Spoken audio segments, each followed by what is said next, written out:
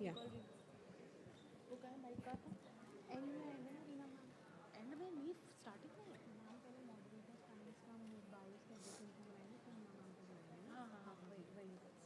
Start it will take.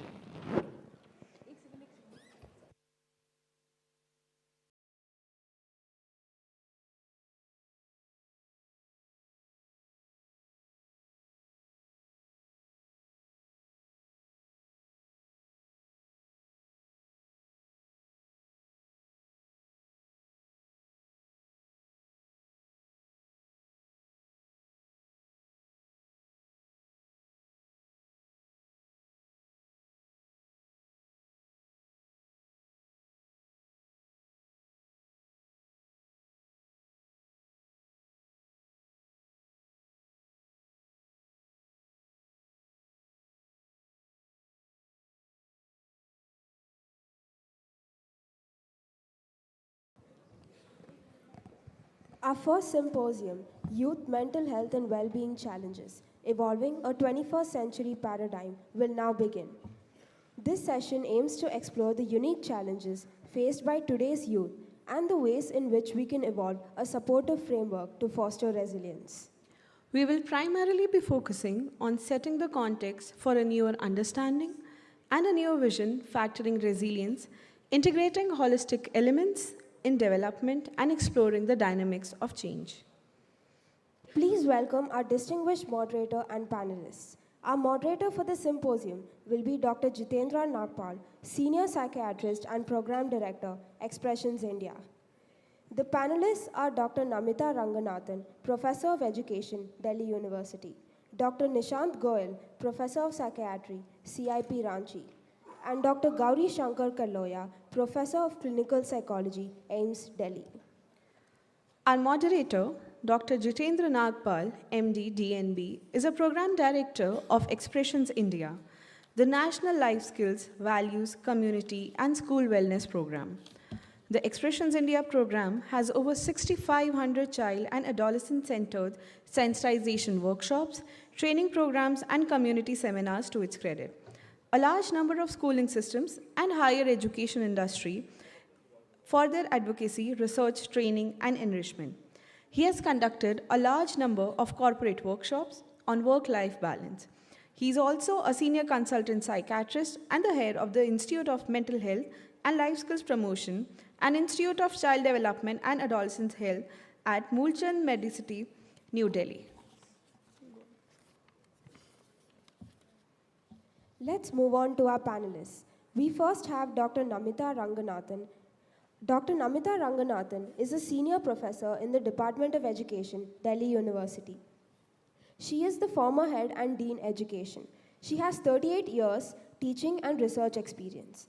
Her areas of specialization are human development, guidance, counseling, and education for mental health. She is engaged with many schools, colleges, university networks, and organizations to build awareness and institutional ownership of mental health education. Next, we have Dr. Nishant Goyal. Dr. Nishant Goyal, MD, DPM, is a professor of psychiatry. Currently, he is acting as in charge Center for Child and Adolescent Psychiatry, FMRI Center, and Center for Cognitive Neurosciences, and in charge academics. I would request Dr. Jitendra Nagpal sir, Namita ma'am, Gauri Shankar sir, Professor Nishant sir, to come on the stage, please. Dr. Nishant Goyal is currently affiliated with the Central Institute of Psychiatry, Ranchi, India, and is also a program coordinator, CIP Digital Academy. He holds the position of General Secretary and founder member, Neuromodulation Society, India. He was a past editor, Eastern Journal of Psychiatry, and an associate editor, Journal of Child and Adolescent Mental Health. He has around 100 plus publications and 30 plus awards and fellowships to his name. And last but not the least, Dr. Gauri Shankar Kalloya. Dr. Gauri Shankar Kalloya, PhD, is a professor of clinical psychology and the National Drug Dependence Treatment Center, NDDTC, AIIMS, New Delhi. He has also previously worked at NIMHANS, Bengaluru. HIRD, Haryana, and IHBAS, Delhi. He is a visiting faculty at Indian Institute of Management, Rohtak, and National Institute of Social Defense, NISD, MOSJE, GOI. He is also an academic counselor at IGNOU and member of various committees constituted by GOI. He has around 85 publications, 11 book chapters, and more than 125 presentations in seminars, conferences, and workshops. We would just like to tell all the panelists and audience to know that only 10 minutes will be given to each panelist for their presentation. There will be a warning bell at 8 minutes, and we'll also accommodate questions for the Q&A based on the time remaining. You can scan the QR that we provided or keep sending us your questions. The opening remarks for this symposium will be by Ms. Reena Sonowal Kohli, Joint Secretary, Department of Higher Education. Please welcome her. Should we start? Okay. Where's the mic? Mic. Okay, thank you, ma'am. Wonderful. I think it's been a great morning with a wonderful message from Honorable Secretary, Department of Higher Education, Government of India. We're thankful to Director IIT Hyderabad for giving the startup curtain raiser also. And we're thankful to Reena ma'am for making the possibility of all the technical sessions so viable. Yeah, ma'am. So we'll have a few words of wisdom from Honorable Reena ma'am, Joint Secretary, Government of India, Department of Higher Education, to give us a flow for the panel discussions to follow. And what is the whole significance to carry back home when we summarize this tomorrow after the workshops? Over to you, ma'am. Thank you.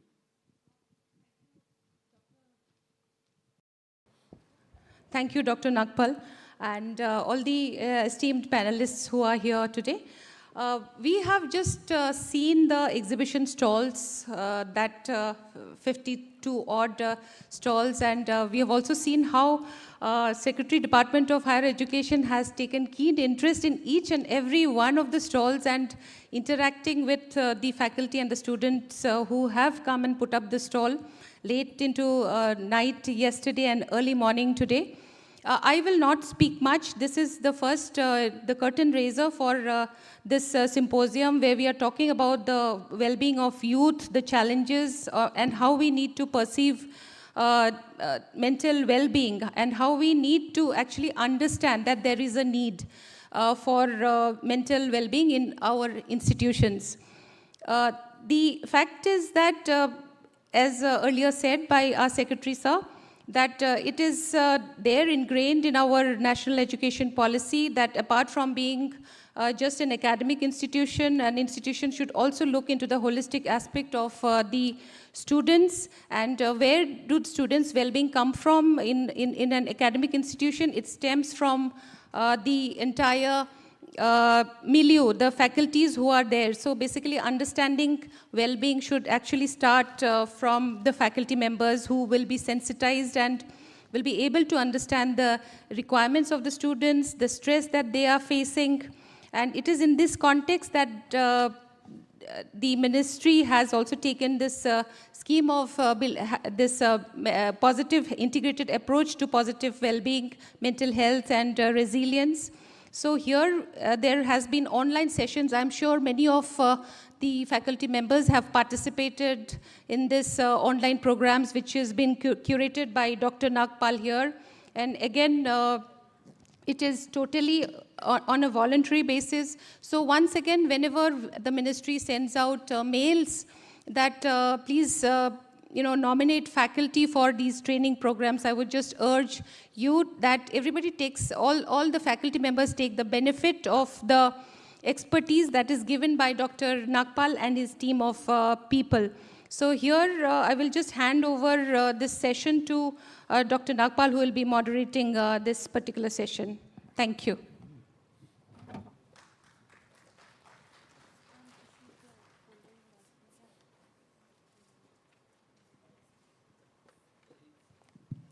Thank you so much, ma'am. That was truly inspiring. And we are earnestly thankful to Honorable Sanjay Murthy Saab for sparing 1 hour, cutting across all the borders and from Far East to North, South, and West, East. I think it's been such a great experience, and we can only humbly request all of you to clap for yourself for all the wonderful stalls you all have put up. It is not about a stall, it's about mutual learning, growing, developing in the future. I think that's been the curtain raiser event. You have the compendium already. So begin with the first panel of the day and the first symposium rather. We have a galaxy of 3 stalwarts sitting here, and we would be great in terms of their individual as well as their collective experience in sharing many, many platforms together. We have, as highlighted, we have 2 professionals in very high positions in the mental health faculty, supporting a lot of policies and planning processes. We have Dr. Nishant and Dr. Gauri Shankar. But to begin with, we have Professor Namita Ranganathan. I would say she's been a teacher of all seasons. She's been astute, she's been very skilled, and apart from producing thousands of teachers at CIE, Delhi University, she has laid the foundations for many, many psychosocial well-being programs. We all have worked together in Delhi and the country wide always.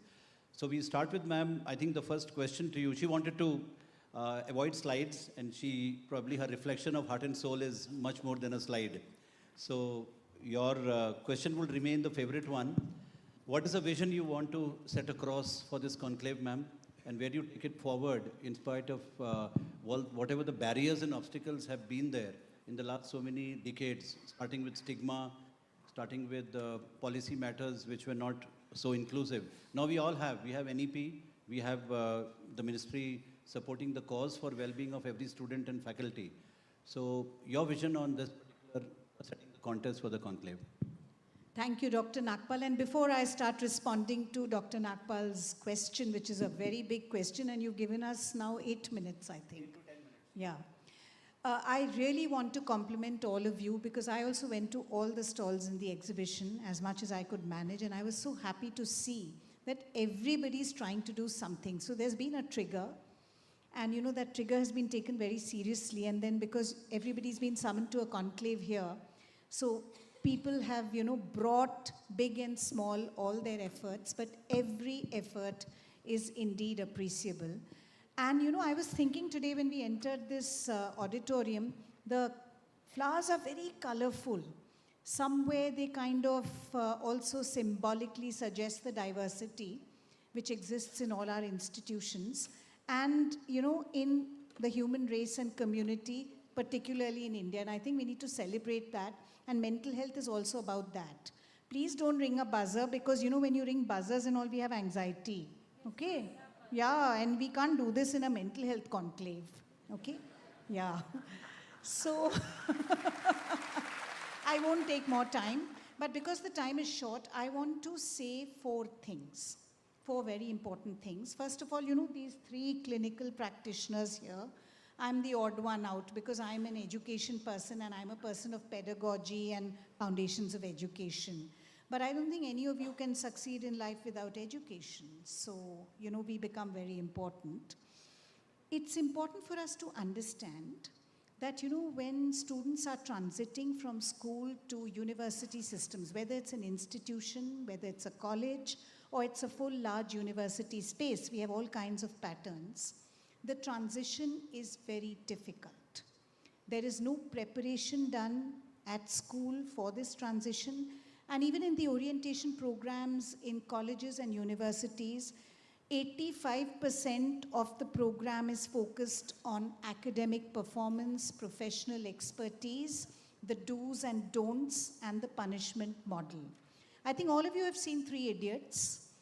And of course, Bollywood, dramatizes everything. But in 3 Idiots, you saw very appropriately how, I'm sorry to say, some IIT directors might be. Today, I think we don't have any such directors.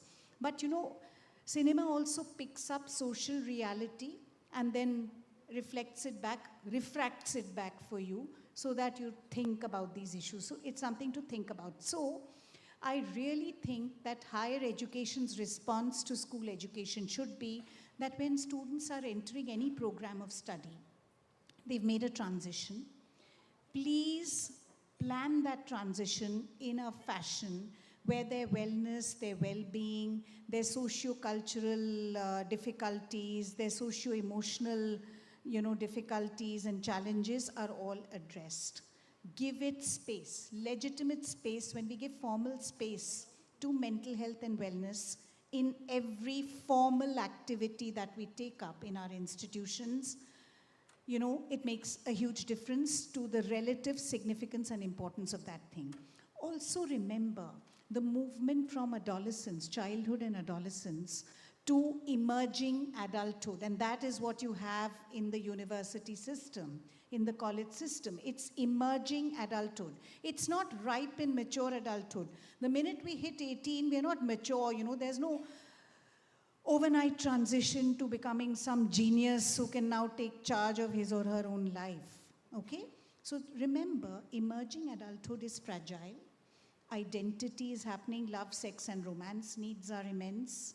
Okay? Professional skilling and certification and culminating in a good job, etc., are paramount. All these things are equally important because all of them give you that sense of self-worth and dignity as a human being.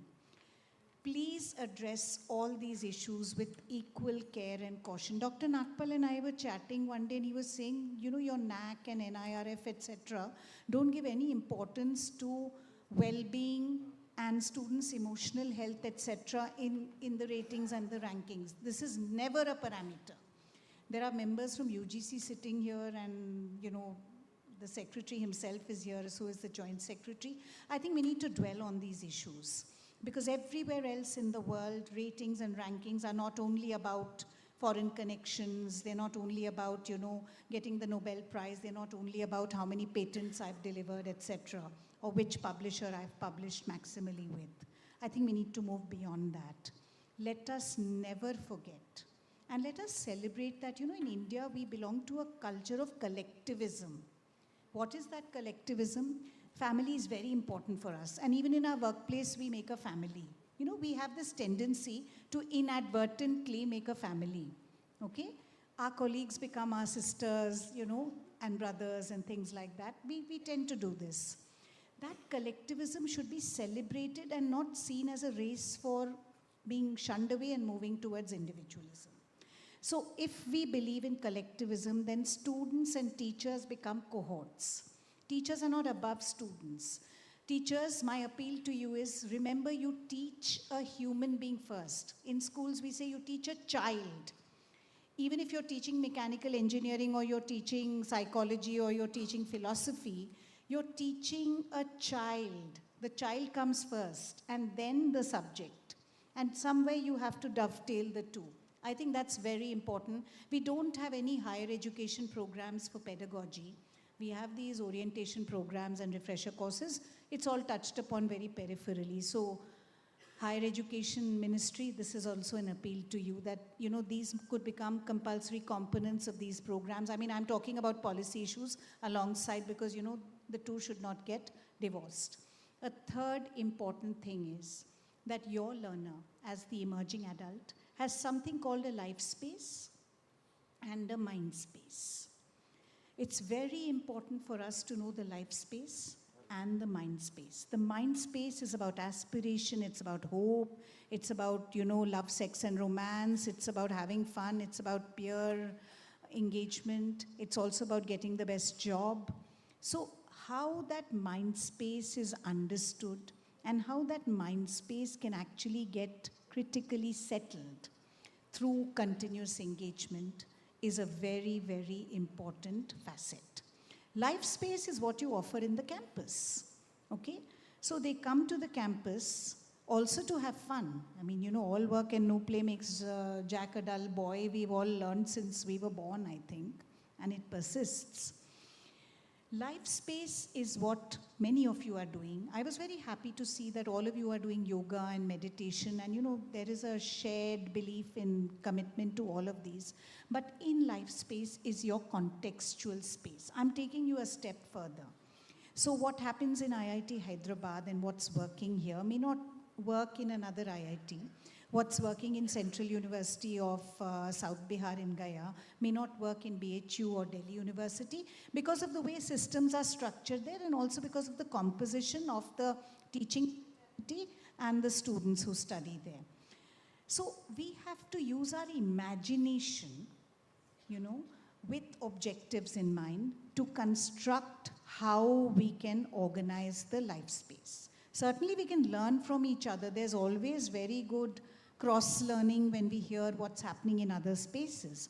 But I also think it's very important for us to construct our own spaces. The director of IIT Hyderabad said with such pride about Madhubani paintings and the exhibition that followed, with such immense ownership, that, this is an idea that we all get. But whether Madhubani art will work or whether some other form of art will work at different places, we need to contextually think that through. Somewhere music may work, somewhere, something else might work. So that is about life space. Are we doing enough lectures on human development issues? Are we, having societies, etc., for wellness, etc.? Or is it just a replication of a gender sensitization cell, a grievance cell? Those are mandates which UGC, big officials of UGC are sitting here. If you don't open that cell in NAC, you get 0. But those cells are not enough in themselves. They have to be imaginatively crafted and contextually visualized. That is a point I'm trying to make. And do I have one more minute? Okay. And I finally want to say something to you, that your university or your institution is not a psychiatric setting. It's not a psychiatric setting. We cannot be counselor dependent, or we cannot be helping professional dependent. It is we, the teachers, who have to be the helping professionals. Actually, we are kings in our own class. In our own class, as far as teaching the subject goes, we are really the kings, the monarchs. And we can use any pedagogic stance, and as long as we deliver and students are happy with us. Why can't we also be that human face of becoming that wellness educator? You don't have to make a conscious effort to do it. It's how you talk to students, how much freedom you set up, how the class ambience goes. Is there a fear-free environment there? Is there too much compulsion and exactitude in submission of assignments, etc.? Can that be restructured, rethought? So I think, teachers in higher education, my appeal is to all of you, I'm also one such teacher, we have to become reflective practitioners. And when we become reflective practitioners and we analyze what our role is, let's expand our role to also being human and humane. I think that would make a world of difference. A student who goes happily to a class makes the teacher happy, and a teacher who's happy makes the student happy. So it's a kind of contract with, two important actors in any institution. And then, of course, there's a peer community. I also think intramural activities between bachelor's, master's, and the PhD scholar community, and giving PhD scholars a lot of ownership in this guidance and facilitation works very well. We've tried it in Delhi University with a lot of success. And mental health and wellness can also become part of that. So, there's lots to say, but I don't want to go further. I've given you some 4 profound ideas. Please dwell on them, and I'm open to any questioning when Dr. Nagpal permits. Thank you very much.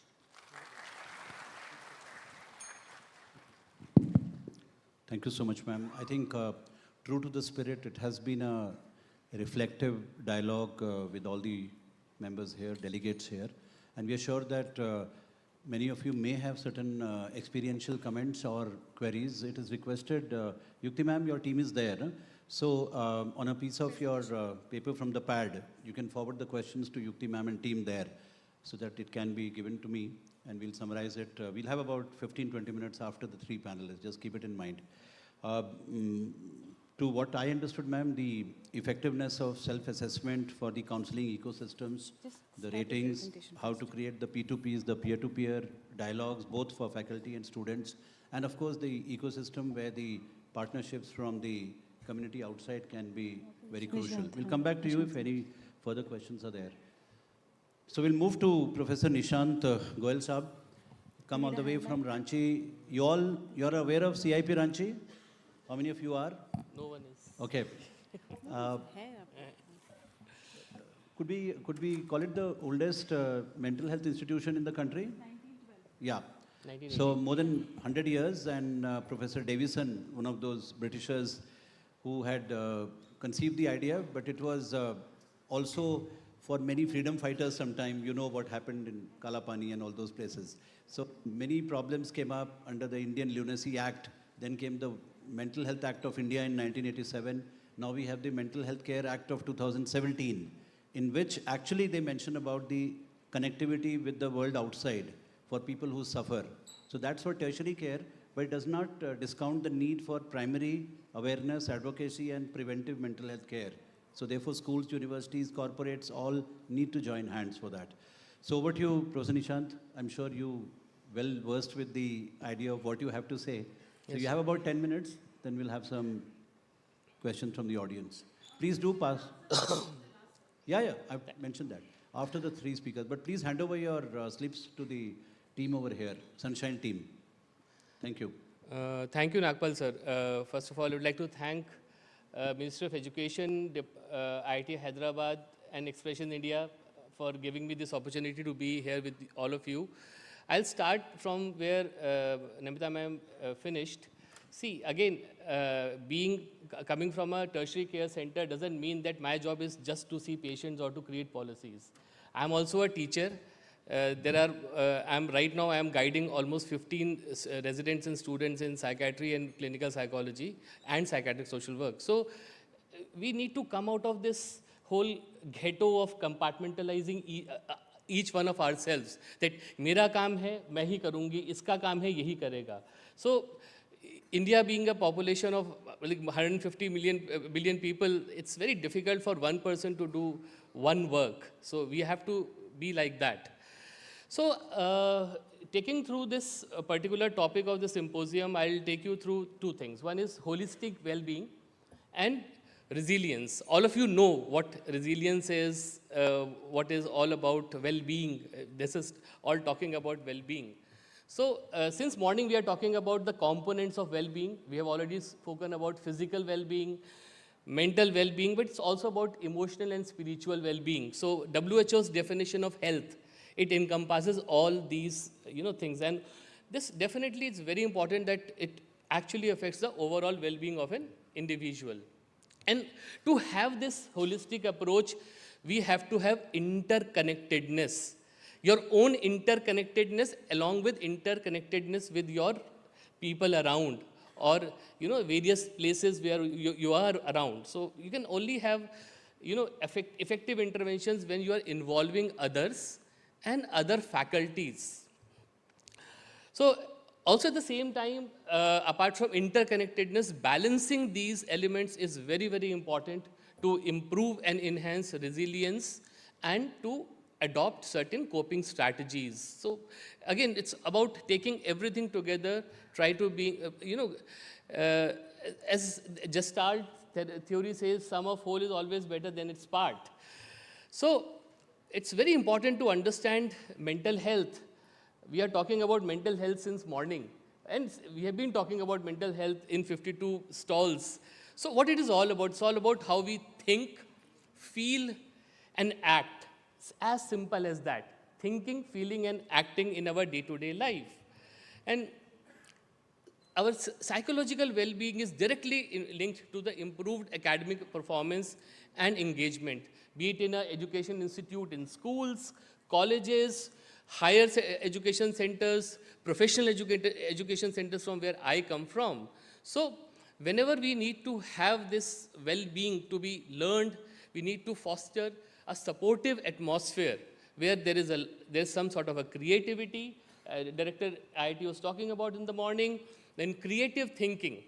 Creative thinking is very, very important. Sir was talking about using your right brain. So it's not only about right brain. It's also about the connection between your left and right brain. Your brain is all about millions of connections with each other. Students of neuroscience will understand more about it. I am also a student of neuroscience, so that's why it's my area of interest. And resilience is again a very, very important part of this. You all know the signs of poor mental health. I'll not go into that. Interestingly, I would like to give you some data. So, though Nagpal sir told me that आपको data नहीं बताना है, but I would still tell you some data. I was part of the National Mental Health Survey of India, which was conducted by Ministry of Health and Ministry of Health and Family Welfare in 2015-16. So these are some details. CIB Ranchi was part of it, where we found that 1 in 20 people in our country, they suffer from depression.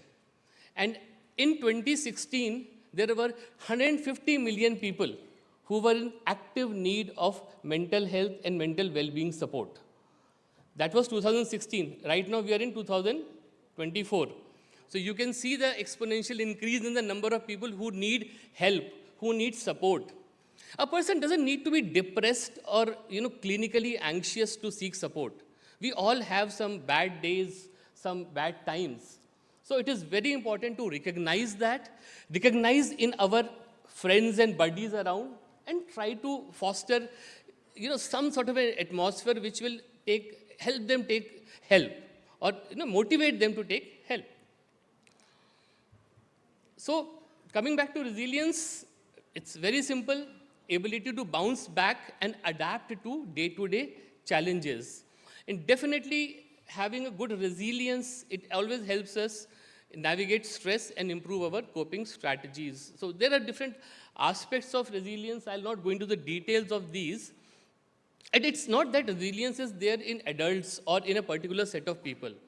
Resilience building starts in the womb. When the baby is in the mother's womb, the resilience building starts from there. Adolescents, I'm sure the students, undergraduate students over here, I consider them adolescents because they come maybe in 17 and 18 years of age these days.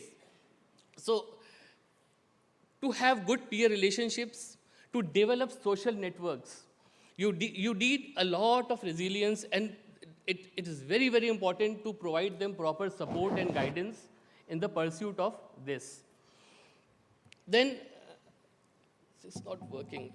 In adulthood, having a good social network definitely helps us navigate through tough times.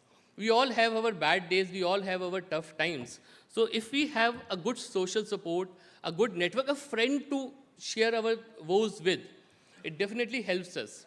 It helps us setting realistic goals and have a positive outlook towards things which we look into. Workplace, so every day we are having a lot of pressure in workplace, and it's not privy to senior officials or everyone. Even a fourth grade employee also has workplace stress these days. It's not privy of caste, creed, culture, or anything. So we need to use, and I think all of you are already using mindfulness, positive self-talk. We can talk about all these things. You all are doing all these things. It definitely helps us learn or cope effectively with our day-to-day stress and problems. Again, COVID-19 taught us that there is a lot of unmet need for social support. When we were sitting at home during lockdown, we did realize that how important social support is. That emotional connectedness with friends, family members, engaging in community activities, it told us that it is very, very important to foster resilience. It's also there in the brain. A lot of work, neuroscience work has been happening with resilience and neuroplasticity. So resilience is directly related to development of mental disorders. That's why whenever we are giving counseling and therapies, building resilience is very well part and parcel of that particular thing. So I'll finish it over here, Nagpal sir, by saying that the future of resilience building lies in innovative, inclusive. And when I say inclusive, it is not about inclusion of subject, inclusion of people from various walks of life, people from education, people from health, people from social security services, everyone. And need to have adaptive approaches. This is a continuous learning process which is evolving in the rapidly changing world. So, to call for an action, I would say that integrating holistic elements into development is very, very important to build resilience, which needs, as ma'am was also talking about, collective action, commitment, and collaboration. Thank you very much.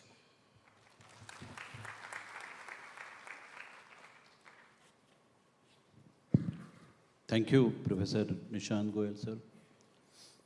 Again, a very introspective dialogue from your side.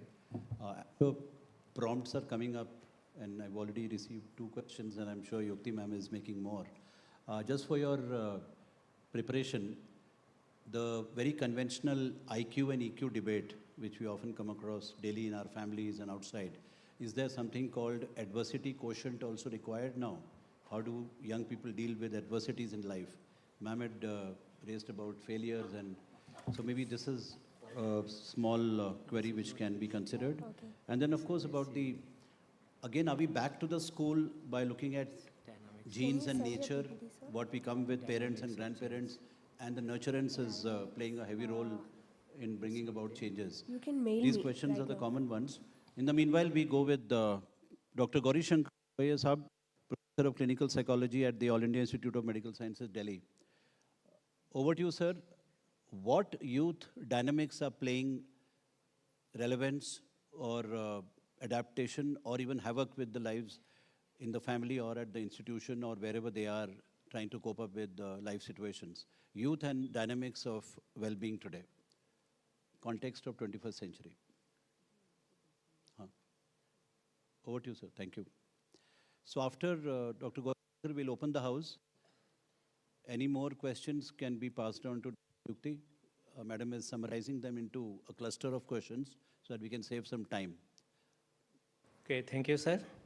Good afternoon to all. And I am very grateful to the organizers which have given me opportunity to interact with you. I will share my idea about the changes and dynamics of change. So any dynamics of change actually leads to 2 directions, positive or negative. And most of the time, like the changes which affects us negatively. So if we see the various models of changes, like it starts with psychoanalysis, psychodynamic models. So it talks about the early childhood experiences, trauma. So then the parenting style, the way the child was reared. And then the other issues, for example, friendship, peer groups, social and cultural influences. So lots of factors, they affect us and they build us in a different manner. That's why 2 children from the same family are having different types of behavior, different types of personality.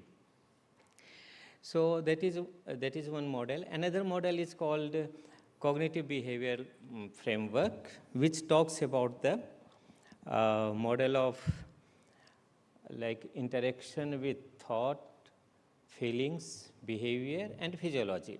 For example, if a student feeling low, so it definitely affects some thought process. The student may think, okay, I am not very useful, or I am hopeless, or there is bleak future. So it means the feeling is affecting thought process. At the same time, this feeling may make the student inactive. The student may not feel like doing anything. Okay. The same way, if we think about the behavior. For example, a student is almost lying down all the day on the bed, or not doing any creative work, not doing any regular routine, not following regular routine, not going to attend class, then what will happen? Nothing? No. It will affect the feeling of the student, definitely low feeling, not very good feeling. Then again, negative thoughts, no positive thoughts, negative thoughts. Okay, so all these things basically creates lots of changes and affect the student negatively. Another model is called a trans-theoretical model of change, which is basically talks about the various stages of motivation. So what happens when, like most of the, like this model was developed in the background of addiction. So, but it can be applied in students also. For example, study skills, study habits. So, suppose the student is not regular in class and there is a shortage of attendance. So, what will happen? The student may feel low, the student may think negative, and the motivation, like what is there in the attending class? There are lots of YouTube videos, there are lots of app-based learning modules. I can take this. So there is no need to go for class. Then like pre-contemplation, what happens when the student received the notice that your attendance is short and you can't appear in the exam? Then the major problem arises. So what happens then?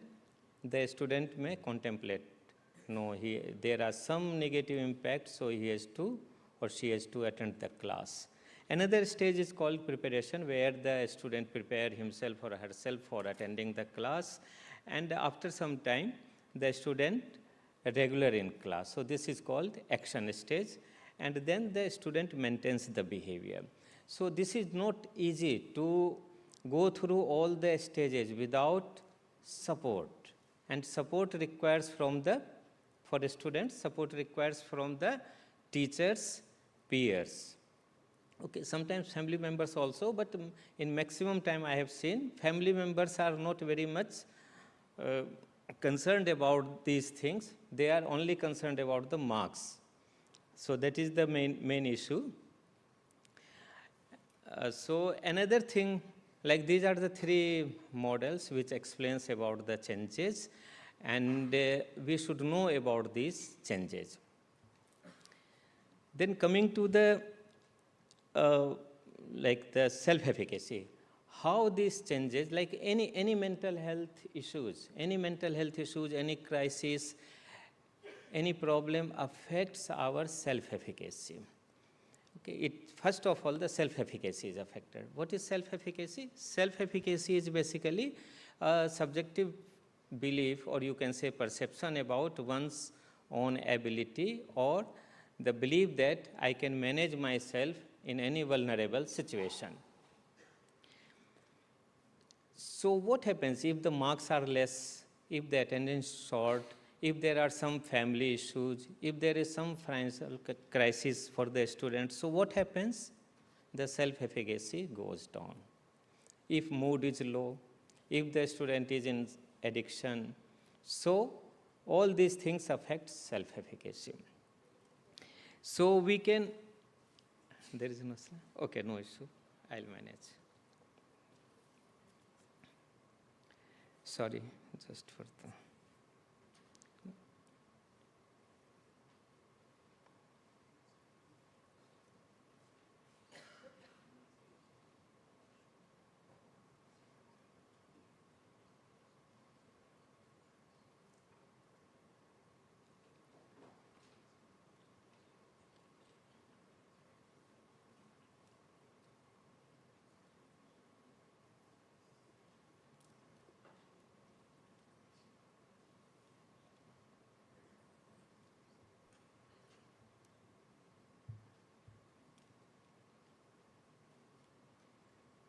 While we're just getting back to the technology, Yes, sir. one very important It's part all. which has come, and some questions are very relevant for a food for thought.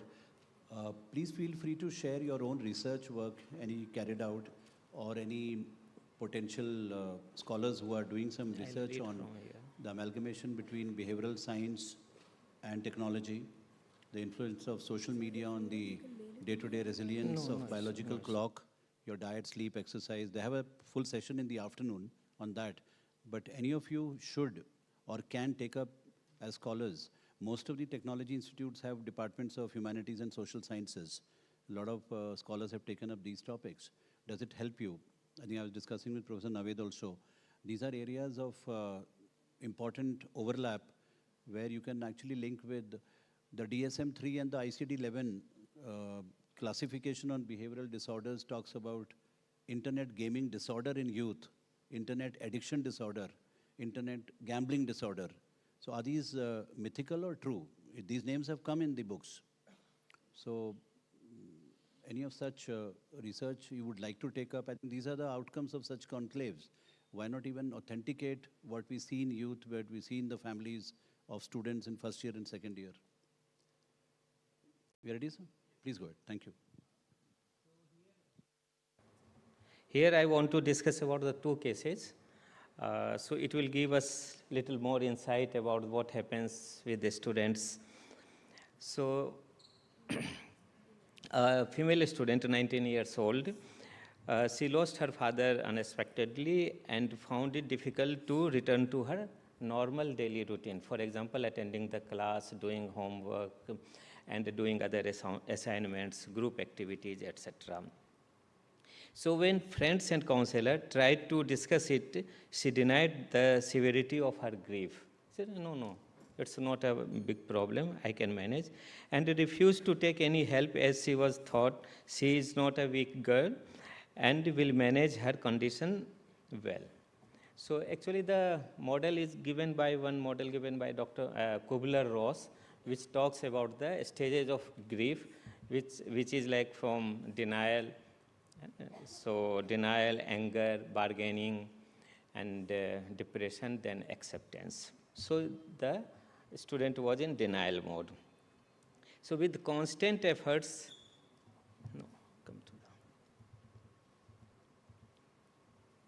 thank you. With constant efforts and helping behavior of the counselor, she started to discuss her problem. Here, I want to highlight this: constant effort doesn't mean you are pressurizing the student to talk. No. Okay. Like constantly you are contacting the student, talking about the normal or neutral issues, and then in the last you can ask about how is the problem, are you okay now, that way. Okay, so helping behavior is very important.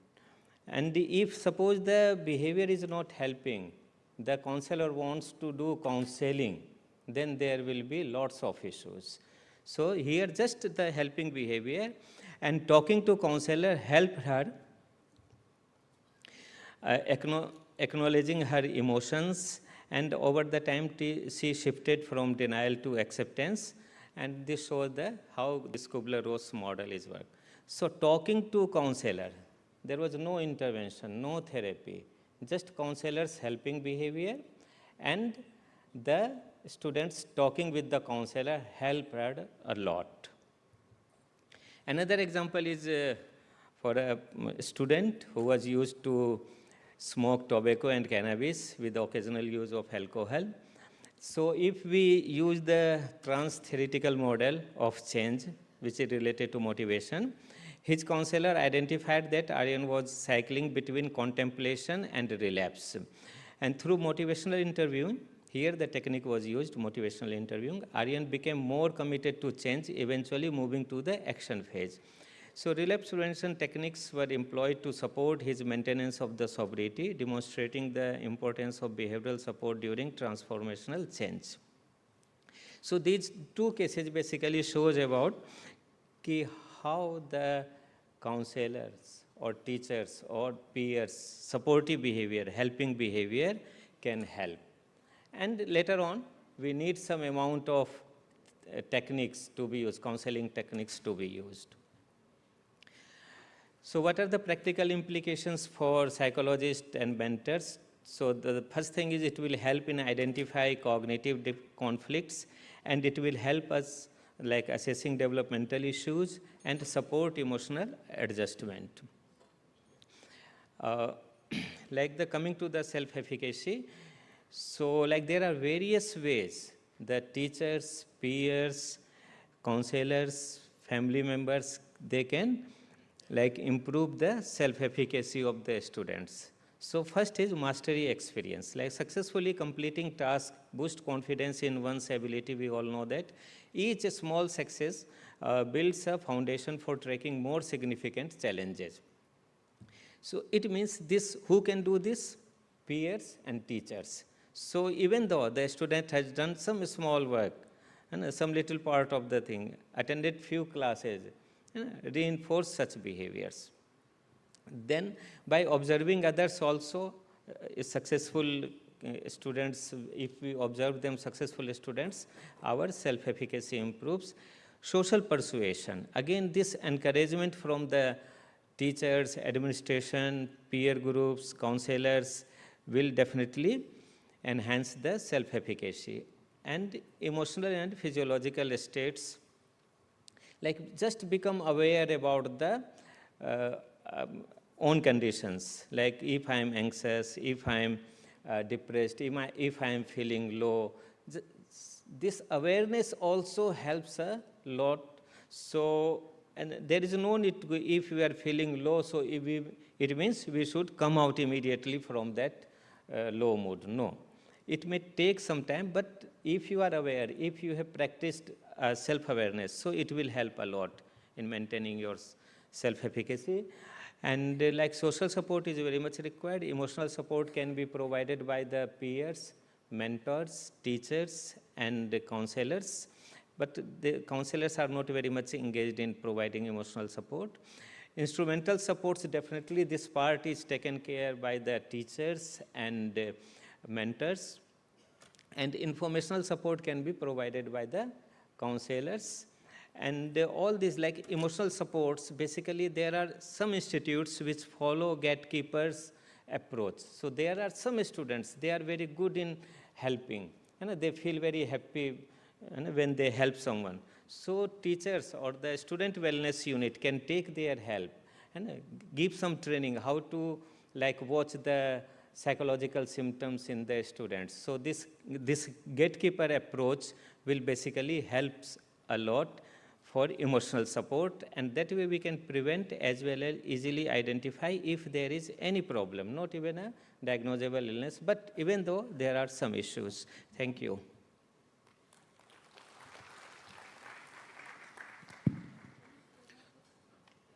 Thank you so much, sir.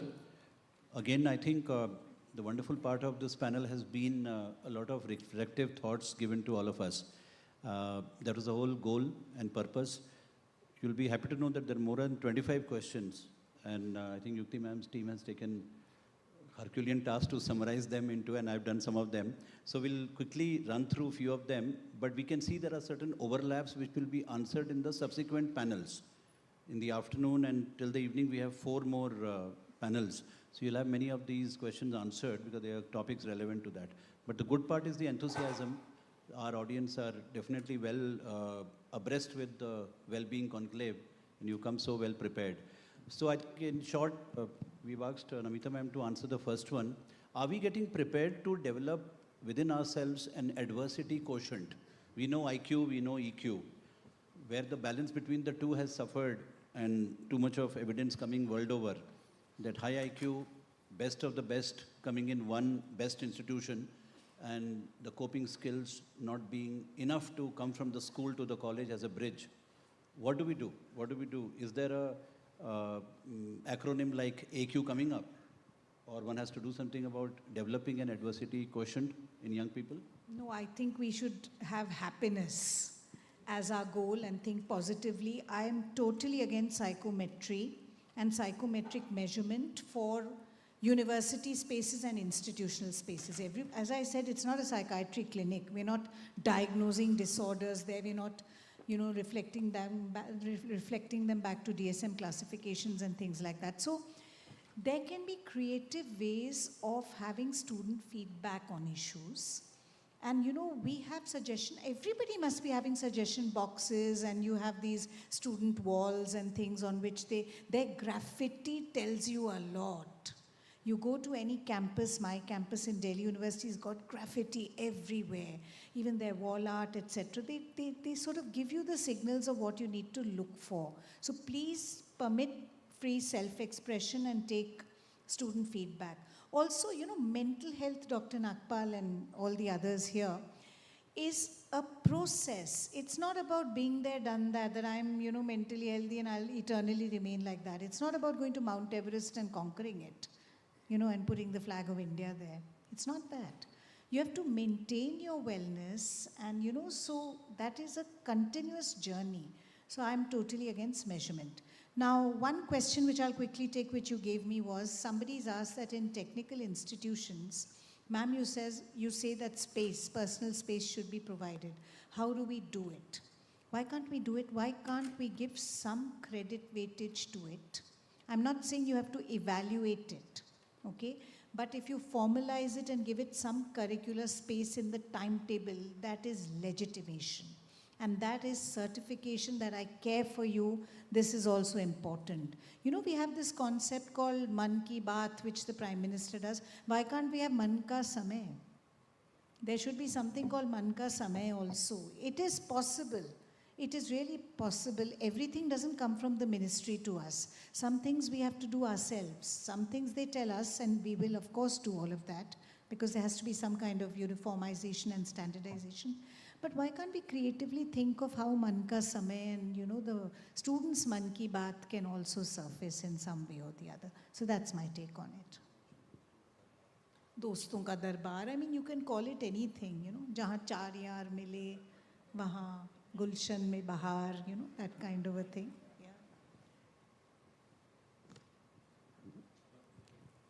The next Sir, you had a question on resilience.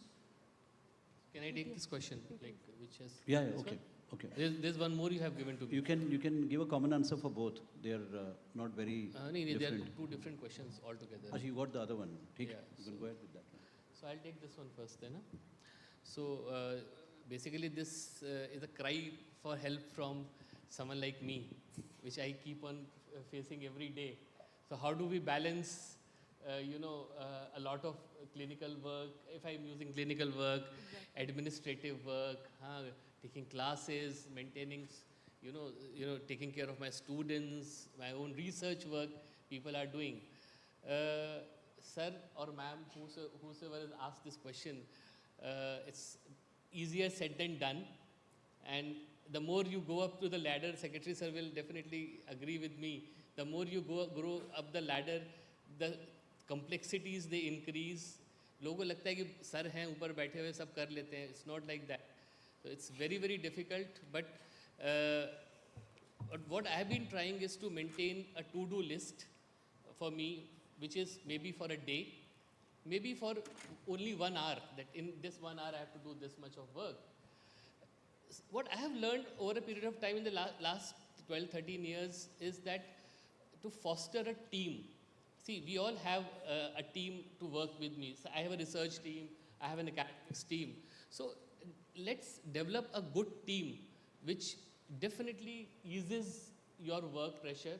Correct. If you have people whom you are fostering, giving them positive reinforcements rather than giving them punishments.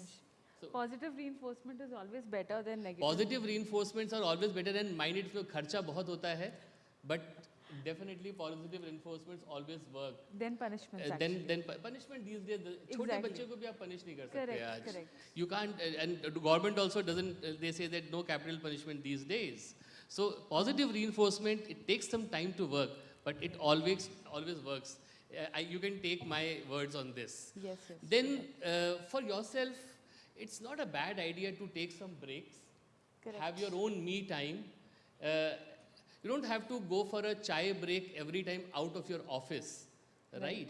You can have your own small corner in your room or in your office where you can have your own, I think my mood is not well, let's have a chamomile tea. Or I need to de-stress, let's have a ginger tea.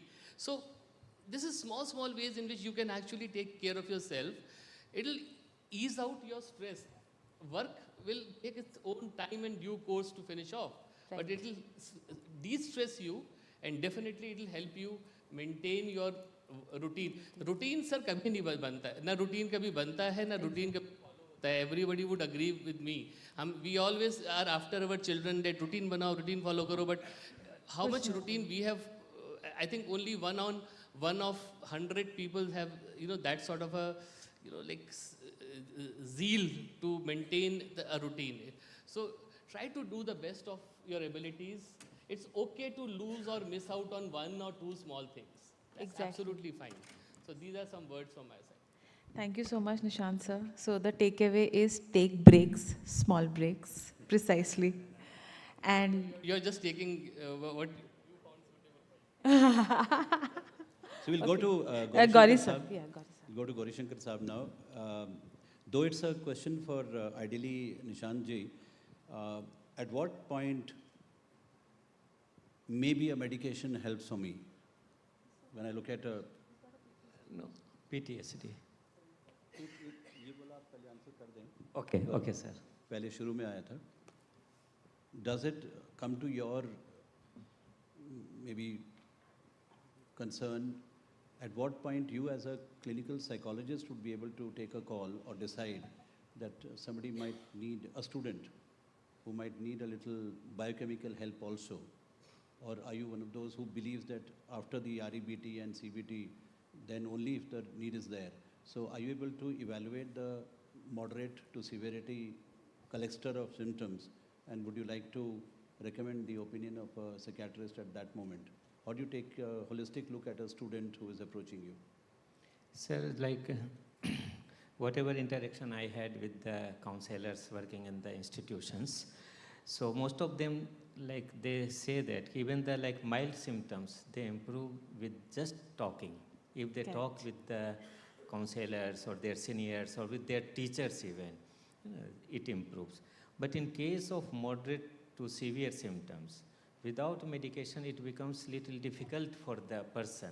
Though there may be some improvement, but the improvement is with lots of pain, associated pain. So why to let the child suffer? So there is no harm in adding some medication, or psychiatric detailed evaluation is required in that case. So in my practice, like I usually, like I am also a member of Student Wellness Center at our institute.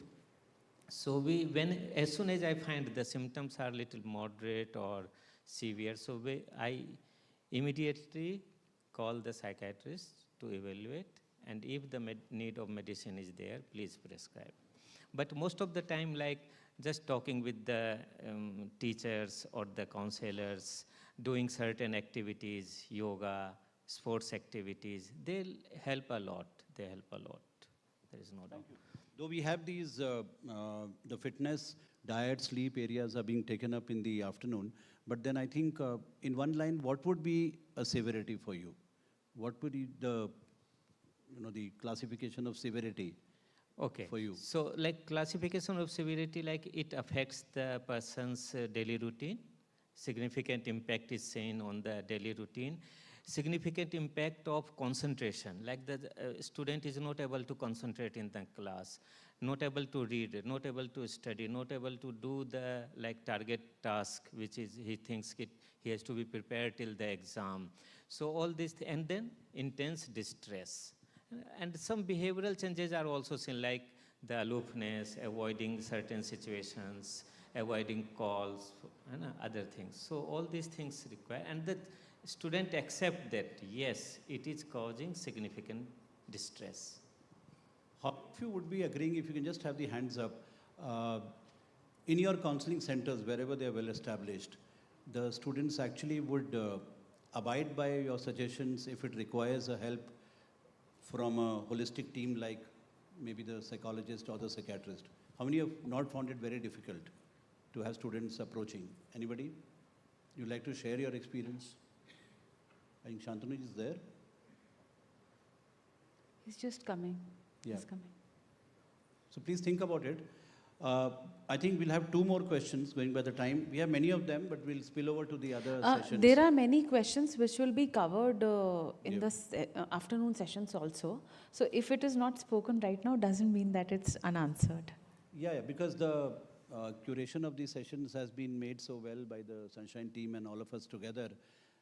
It invites attention on micro-level approaches to well-being and resilience. So many of the questions are actually overlapping for the afternoon sessions. The importance of teacher-student relationship, I think Namita ma'am can give a quick answer, and rather both of you also. Where does empathy and compassion, or maybe even early identification of certain problems come? And can a friendly teacher help in this? And can we have such courses on SWAYAM and MOOC? I think we'll have sir to answer this. Or ma'am, Devinder sahab.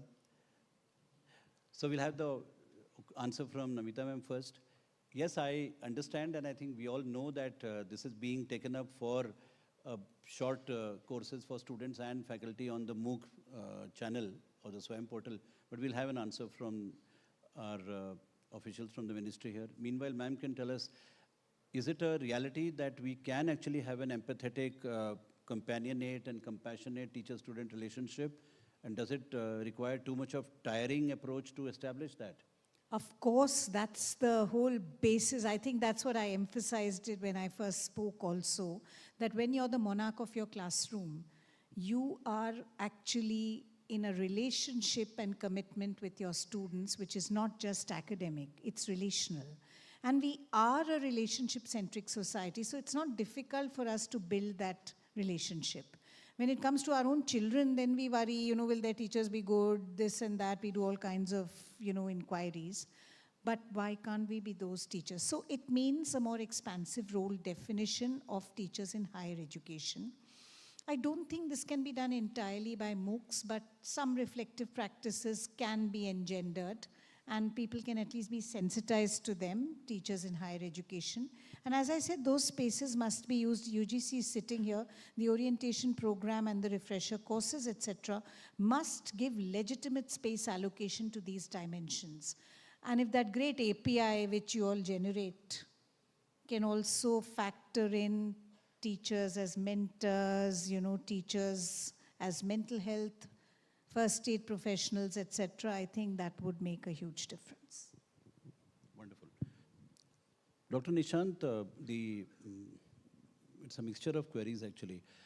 How do you look at one side, the vertical is about the data of youth and adolescent, even from schools, say 15 to 25 years or 15 to 29 years, the definition of youth.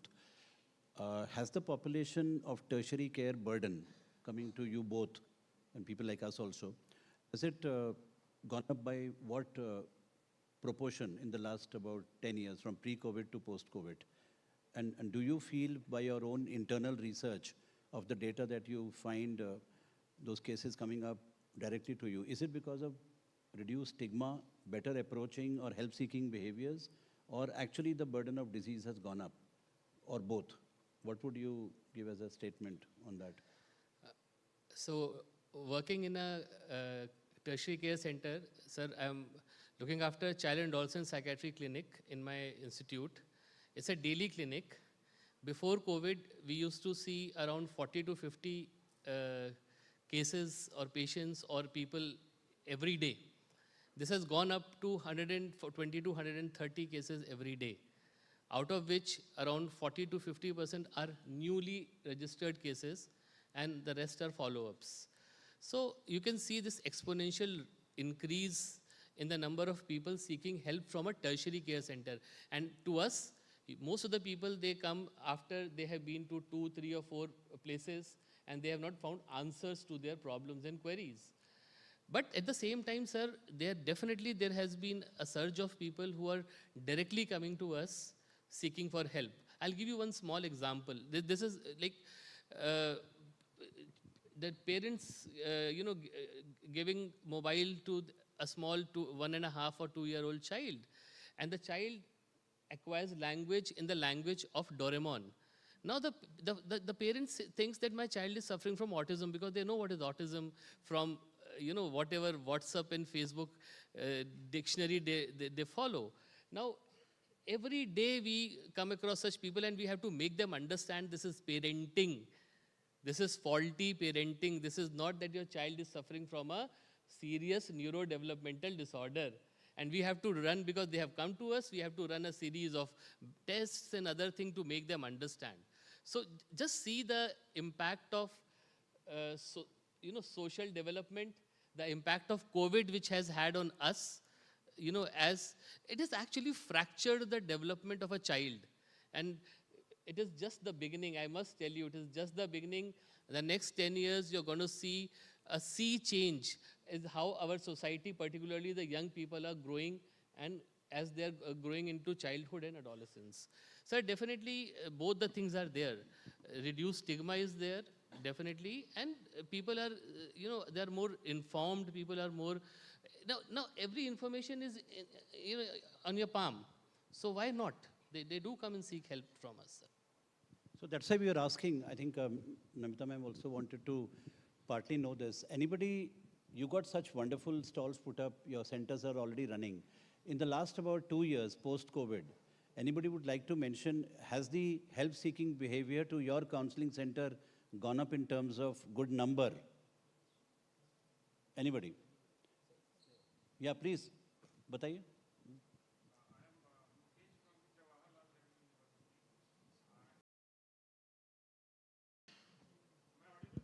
You're audible, maybe a little bit more. That's Hello, a very sir. important point we want to know from a couple of people here. Your rise in the numbers seeking help and not with much stigma or apprehension. Yeah. Well, sir, I'm Mukesh from JNU, and I'm the coordinator of the wellness course. This year, we have introduced this course on wellness and under the 4-year NEP bachelor's program.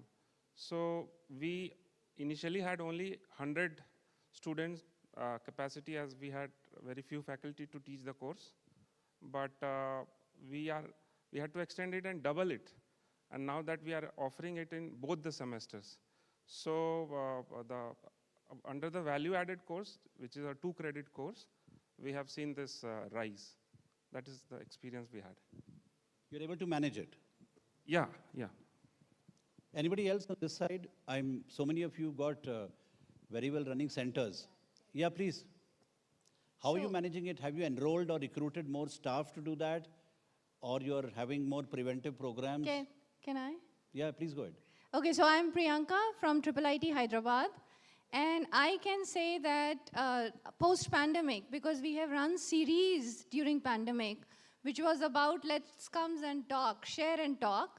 And that has resulted into increase in number. When student comes and write to me, or I am a coordinator there, come and write to me that they need help. Or, we have 2 wonderful students sitting with us today who are volunteers, also made this journey very easy for them, because when they are talking about mental health, when they are representing mental health as volunteers, that's also kind of bridging the gap between the consultant and the student. So they are also one of the first responders who go and communicate to them, and then they come through that channel to the consultant. So there are multiple ways we have seen the number has increased, seeking help. The other very warm thing that we have observed during orientation session, where parents have accepted and asked that, what is that the facilities we have at IIT to support mental health of students. So that's, I think, is a very, very important thing that we have seen. Keep it up. This side, anybody? Your own indigenous counseling center and its current, yeah, please. Yeah. Kindly introduce yourself, yeah, please. I'm Dr. Vrinda. I'm from National Institute of Technology, Calicut. So I have some figures with me for the last 7 months. We have 2 counselors on campus who are available. I'm here. Who are available on campus from 9 to 5, and they're also available by phone or contact because they stay on campus. So we have had, over the last 7 months, we have had a total of 430 sessions and a total number of cases, 136 cases, and 51 ongoing cases. And we have had 21 referrals to clinical psychologists and 22 referrals to psychiatrists. This is for the last 7 months.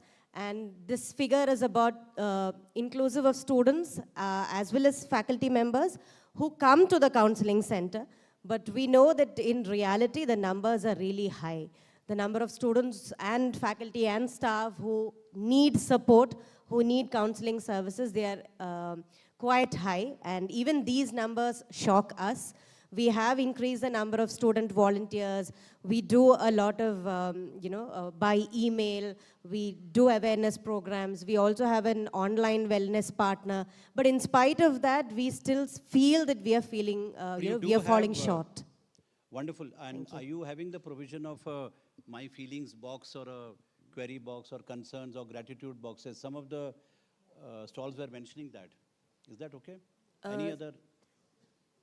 So we have had campaigns that address that, but nothing of a permanent fixture. Okay. Right, wonderful. I think gradually we're moving to the lunchtime, and we'll have nearly 4 discussions, 4 panels after this. So many of you, please be prepared. And audience is wonderfully participating. You had a lot of queries. They have been grouped into certain answers or queries for the next panel. We are requesting Namita ma'am to help us with 4 or 5 takeaways from this panel, wonderfully carried out. So thank And you. I'll do it in 2 minutes. Yes, Okay? Dr. Gaurav, Dr. Nishant Yeah. and Namita ma'am. So I think one takeaway is that the teacher can make a huge difference. And let's be those teachers with a difference. The other thing is the strengths of Indian society are collectivism and relationship building. Let us use that as a mode for interaction. The third is that let us give legitimate space to mental health in all forums, professional forums and life space and mind space forums, in the curriculum, etc., so that there is due recognition to it. Then, mental health is about promoting well-being and happiness, and it's not only about diagnosing and treating cases, and that has come from very eminent clinical practitioners, who resort to that only when it's necessary and when they get the danger signs. And finally, that every institution now has started the mentor-mentee program. So in the mentor-mentee program, it's a great idea that everybody started it. Please infuse contextualization to your specific institution. You can learn from other institutions, but do what works best for your student community and your teacher community. And teachers' mental health is also paramount. It's something which Dr. Nishant talked about. Teachers' mental health and wellness has to also be cared for. UGC is still sitting here, so they can take these takeaways back. Madam, you're sitting here from higher education. So these are also important considerations. Thank you so much. I don't want to actually interrupt all of this wonderful session, but I have to because we have to break out for lunch. But before that, there are 2 things. The first is we would want to give a token of appreciation to our panelists. So I would request Dr. Nagpal and Dr. Reena ma'am to please come up.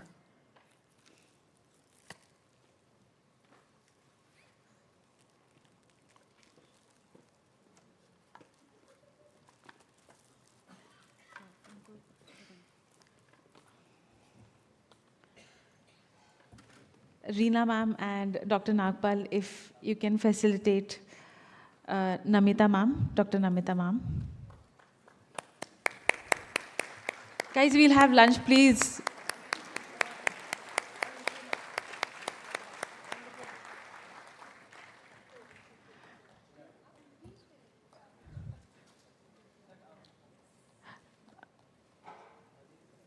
Professor Nishant Goyal. Professor Nishant Goyal.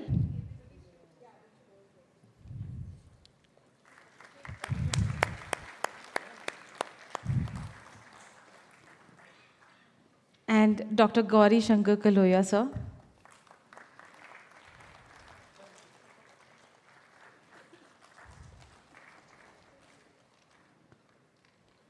Thank you so much. Before we break out for lunch, there's a very important announcement, especially to the student participants. There'll be an activity, a group activity, which will be done by one of our resource persons. So at 4 a.m., you have to exit from this gate. There'll be volunteer taking you. There's a special activity planned for you all. Okay? 4 p.m., I'm sorry. I need lunch.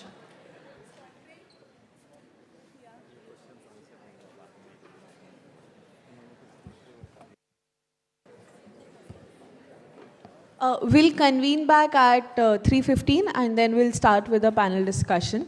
Please have your lunch well and please be back. 3:15. Yeah. 3:15, please, everyone. No, ma'am. 2:15. 2:15, yes, Sorry. I'm sorry. 2:15. 2:15. I guess we all need lunch now. You didn't 2:15 hear we all will 3:15, be back. it's 2:15. Yes.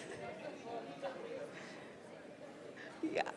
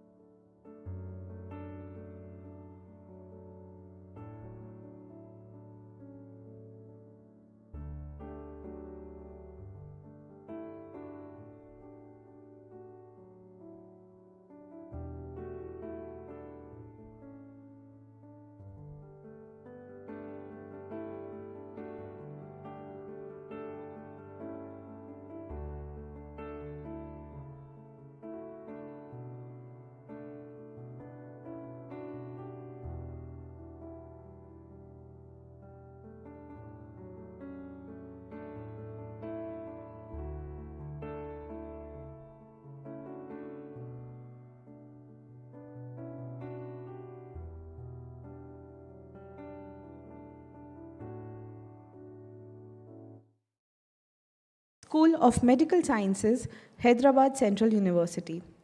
The panelists are Ms. Geeta Mehrotra, Faculty, University and School Life Skills, Mental Health and Wellbeing; Dr. Priyanka Srivastava, Associate Professor, Coordinator for Student Wellness Cell, IIT Hyderabad; and Ms. Namrata Vora, Chief Impact Officer, Crucial Visiting Faculty, IIT Madras.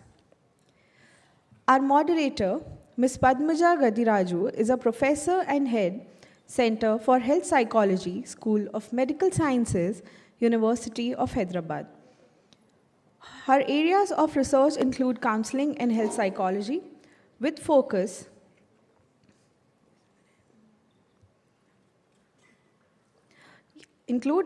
counseling and health psychology with focus on areas such as psycho-oncology, geriatric health, health of women and organizational health.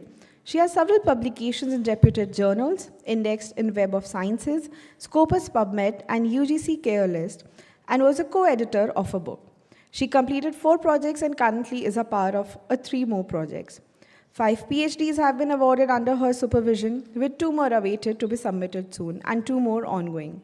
She has been actively involved in teaching for the past 28 years and is a faculty at Center for Health Psychology, University of Hyderabad since 2007. Let's move on to our panelists. We first have Mrs. Geeta Mehrotra. Mrs. Geeta Mehrotra is Senior Resource Faculty, Expressions India, Child and Adolescent Health and Wellbeing. She has conducted parent orientations, is an academic advisor at the Life Skills and School Wellness Program. She has been the National Resource Person for the Adolescent Education Program initiated by Men of Education in 2007. She has been conducting teacher-counselor MOs training sessions for a large number of school systems across the country. She has developed key resource material for regional and national level training programs. As the National Resource Person for CBSE, NCERT, NCPCR, and MOHFW, she has conducted several training programs for district and national level teachers and medical officers on adolescent peer leadership, school safety, school mental health and well-being, and life skills. Next, we have Dr. Priyanka Srivastava. Dr. Priyanka Srivastava received a PhD in Cognitive Science in 2011 from the Center for Behavioral and Cognitive Sciences, University of Allahabad, India. She did her postdoc from the Cognitive and Development Psychology, Technical University of Kaiserslautern, Germany in 2012. She is currently an associate professor and PI of the Perception and Cognition Lab at the International Institute of Information Technology, Hyderabad, India.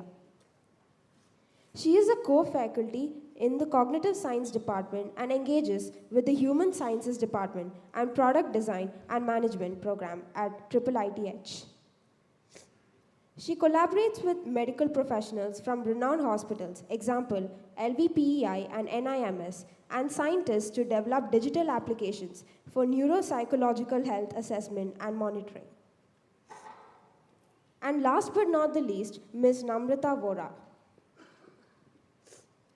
Ms. Namrata Vora is an alumna of IIT Madras and IIM Lucknow. She is Chief Impact Officer at Crucial, a farm services venture. She mobilizes corporate and government partners to strengthen milk quality and yield as well as farmer incomes. She has worked on rural access and gender gaps for nearly 3 decades. She is a co-member of Aarti for Girls, an NGO that works for the girl child. She is also recognized as Freeman of the City of London for coaching 200 plus minority women to access university education. We will now start the panel discussion, and once again I would like to repeat that this panel discussion is for 45 minutes and every panelist has a time for 8 to 10 minutes and will be shown a visual buzzer, which will be a blue placard here, at 8 minutes, so they can wind up in the remaining 2 minutes. Thank you. Thank you so much for that kind introduction to all of us. A very important topic post-lunch, thriving the academic accomplishment, strengthening lifelong functionality. And I see that the 3 themes which are going to be discussed right now, the presentations which are going to be made from 3 perspectives, but at the same time they merge well together in being able to showcase the main theme of the discussion. So I, along with all of you, look forward to enlightening and enriching presentations right now. So probably we'll talk a little more after the presentations are done with, and then before the question answer session starts, as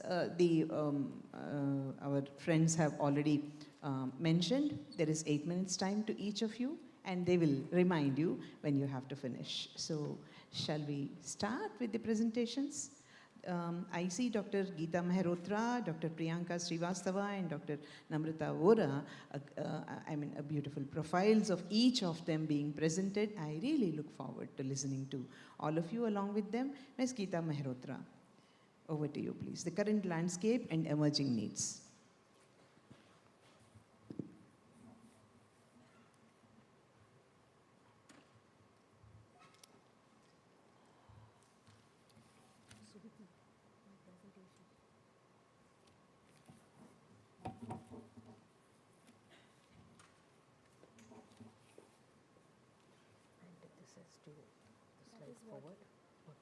Forward. Yeah, presentation.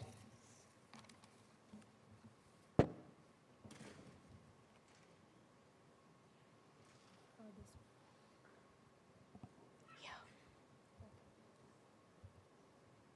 Yes.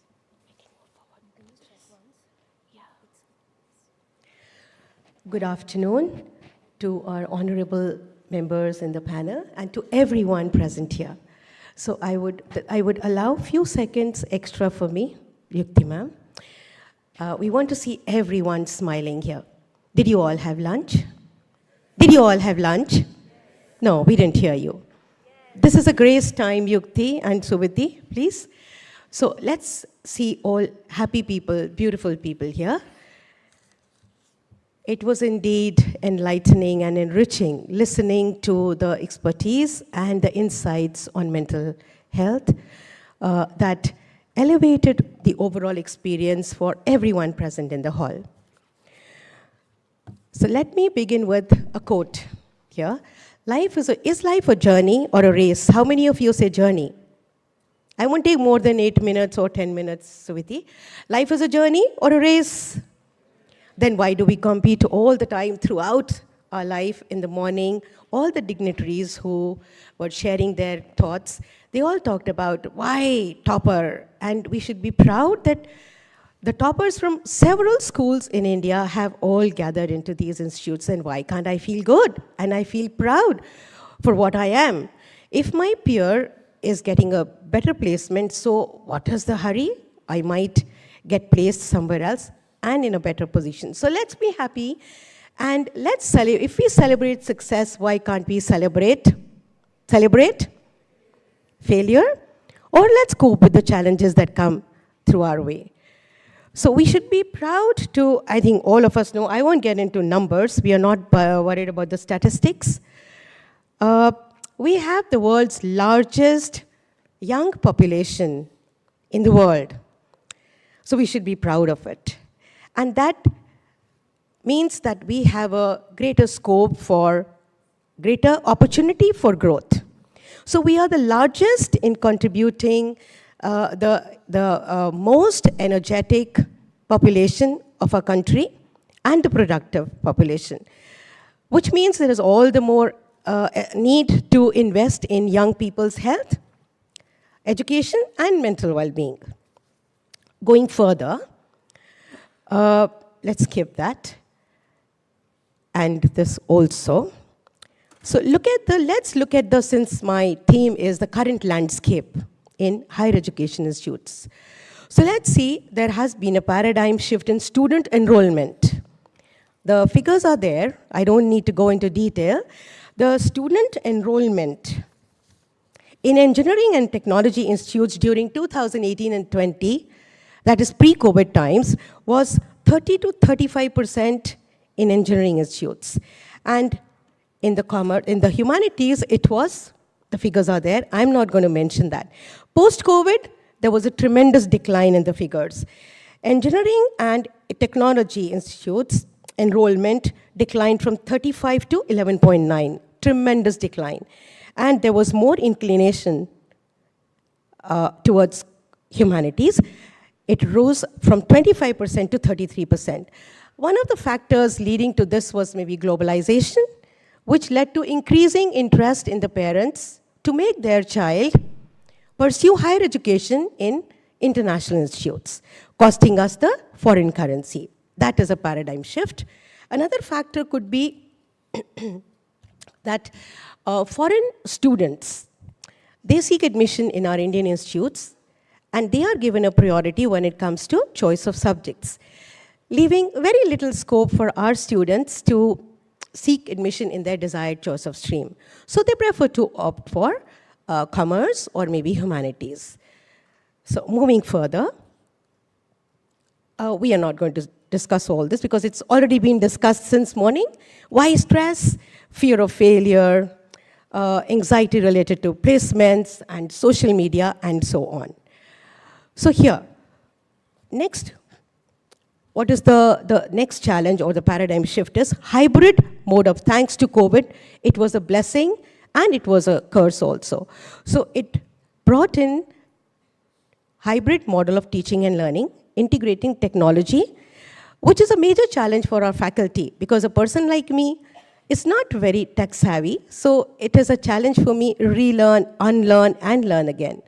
So here it is a paradigm shift in our education system. And industries, the emerging industries and the companies, they are demanding innovators.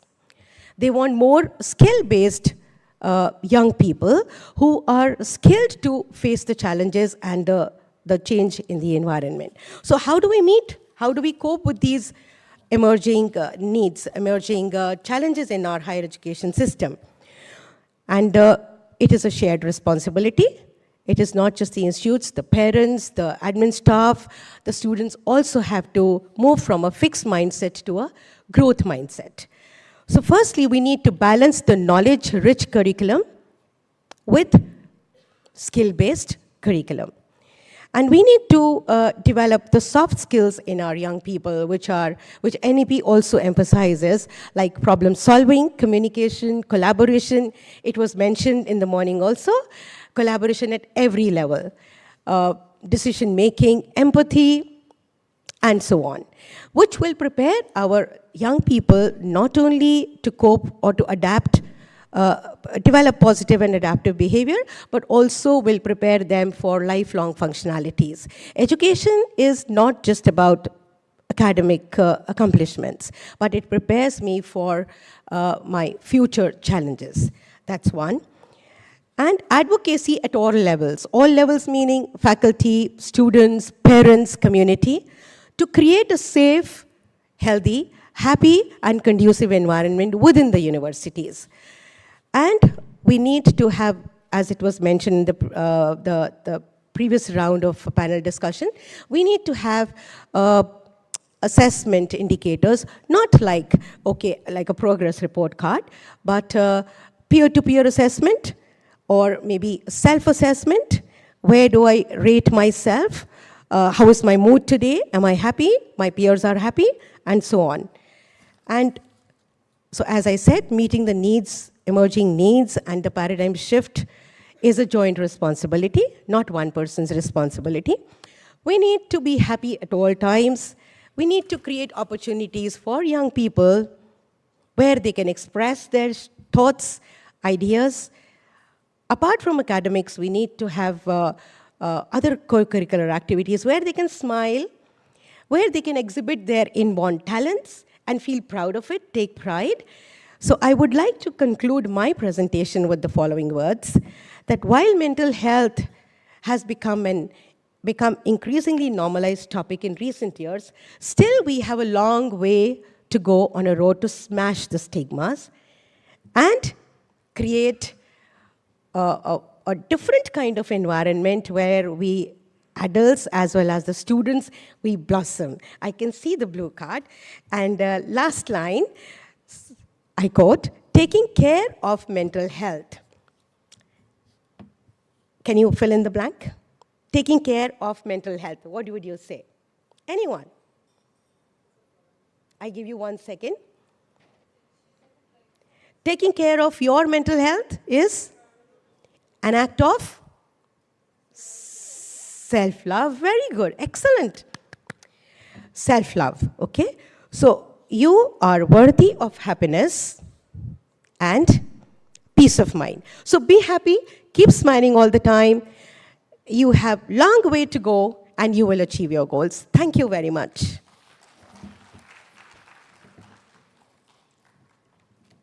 Very well presented, Madam Geeta Mehrotra. Well, I not only see a presenter there, but I also see a seasoned trainer grabbing the attention of one and all, especially in the post-lunch session. My appreciations to you. Ms. Geeta Mehrotra has portrayed the contemporary landscape and the emerging needs of the current situations with the portrayal of the enrollments during 18 to 20, 2018 to 2020, as well as post-COVID scenario. And the very important point which all of us have to note over here is current challenges. Yes, there are many, whereas this skill-based curriculum and integration of soft skills into, irrespective of whatever course they take up, is something which is very important, and I think that is something which all of us have to strongly recommend together. Well, very well presented, Ms. Mehrotra. Now I call upon Dr. Priyanka Srivastava, Associate Professor Coordinator for Student Welfare Cell, IIT Hyderabad, to talk about the overreaching challenges to creating happy, healthy, and harmonious universities.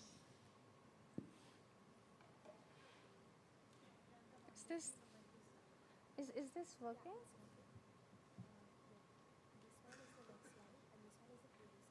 And if I have to highlight the pointer doesn't work. Okay, great.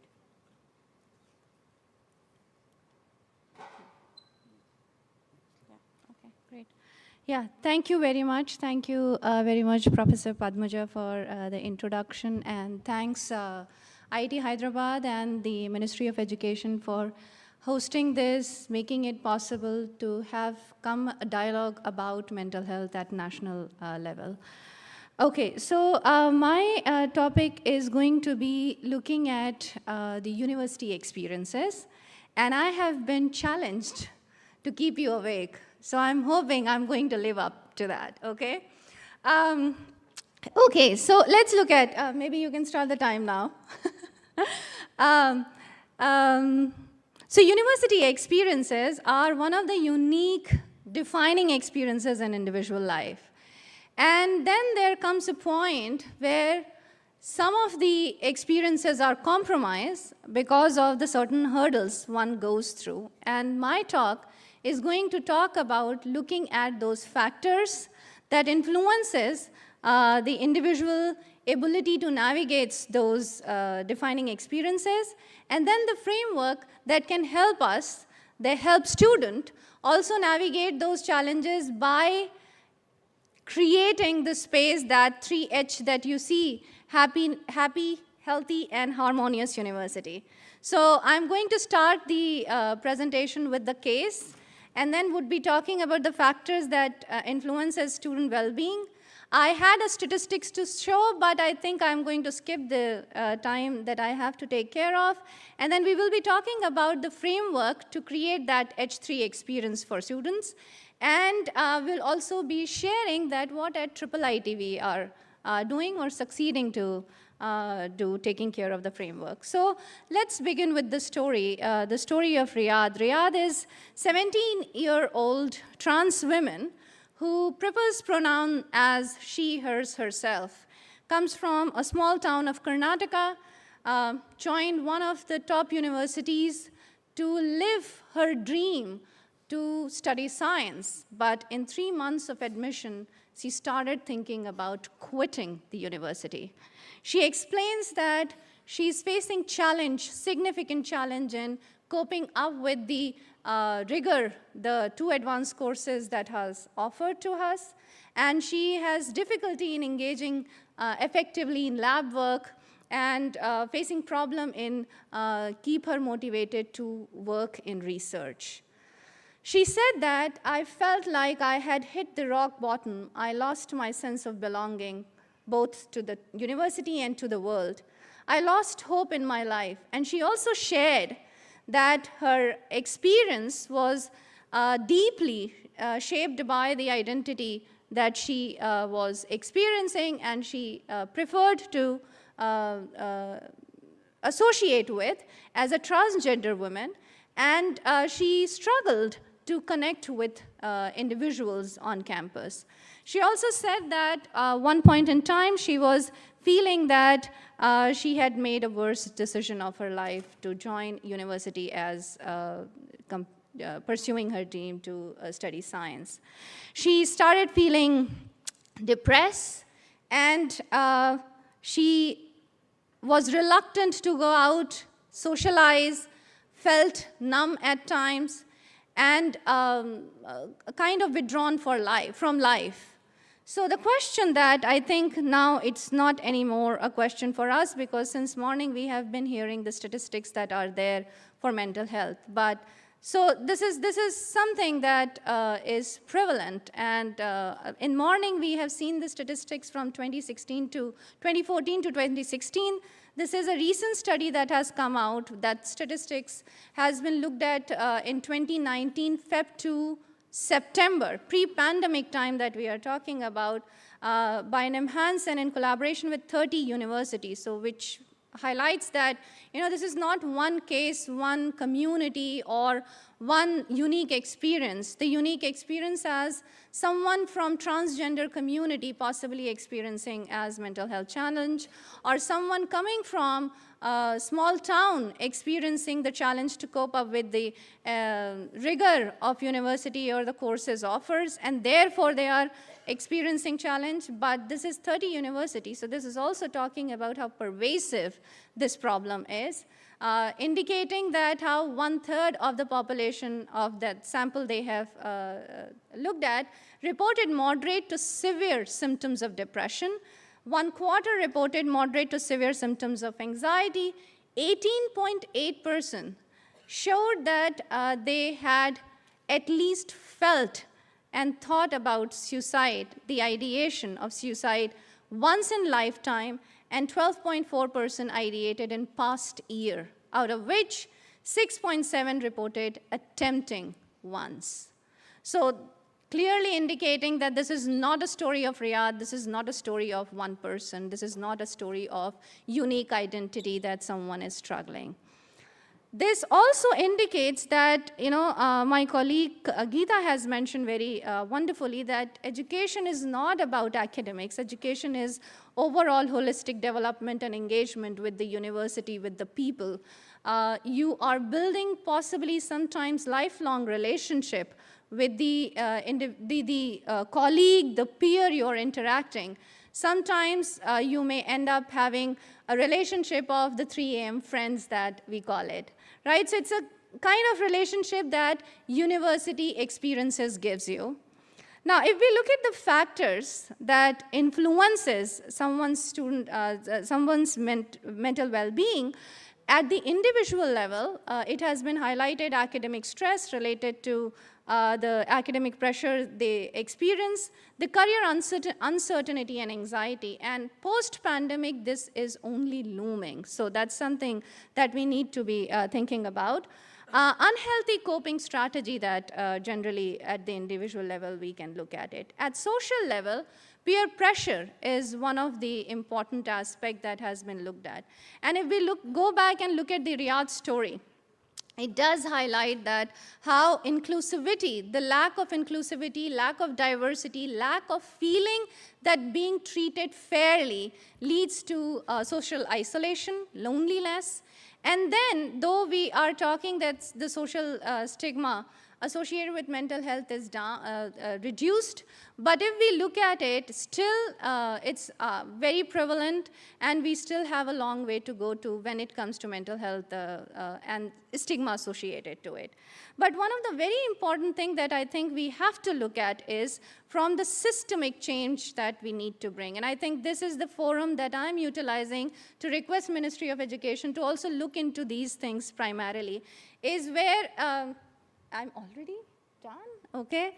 The inadequate health support that is there at university is probably one of the very important things that we need to pay attention to, and the barrier that we treat mental health as creative aspects separately and academic pursuit or academic experiences separately.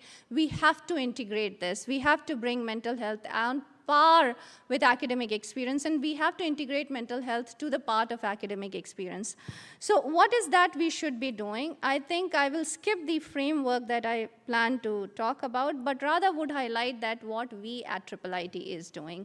So what we at IIIT at social level have made a difference, or tried to make a difference, where we have given that the number that statistics tells us that consultant to patient ratio is actually 1:1 lakh in country. Finding trained professional is not easy. Though it is mandatory, though it is one of the crucial things to have on campus, it is not enough, even if we get that. So the one thing that we should be taking care of is that preparing the community to take care of the individual's mental health, take care of from the faculty to student mental health, and we were chatting among faculty, it's the faculty's mental health. So we need to take care of each other, taking care of each other's mental well-being. And we at IIIT actually doing that through mindful listening, and one of the programs that we conduct for at least the volunteers so far, those who come forward and say that they would like to volunteer for mental health support, is psychological first aid training that helps them prepare to think about that what and how they should be attending someone who is in crisis, okay? The other is that we do is suicide gatekeeping. The second we do is we strengthen the awareness program. So as I was saying in the morning when I was sharing that, how the increase has reported in the mental well-being services or seeking help, is also a result of that how we have planned out the session. So every fortnight there was one session talking about something as simple as thinking about sadness to depression, to gender identity or sexual identity, to something as time management. And then we engage with students through different medium, through music, through art, through movies. In fact, recently we have started one of the sessions where we have opened up for people to come and talk about Ask Me Anything. And then students and faculty come together and inquire about anything that challenges their experience to living fully the campus life. We have strengthened mental health support. Now we have one full-time clinical psychologist, 2 part-time counseling therapists and rehabilitation psychologist, out of which one is trained queer-informed training, and one is a psychiatrist. Then we also try to engage with students to get their feedback, to keep on improving that how we can interact with students, how we connect with students better. Then the 2 programs that I'm very proud of to share here, which I was saying that we need a systemic change. And I think if we are making that as a policy in education to implement in university, that is something as should be done. So one of the things that we do is the academic accommodation, where the students who are needing mental health support, in what way we can support them. Can we give them, let's say, extension of deadline? Can we offer them alternative way of presenting, alternative way of engaging about the evaluation?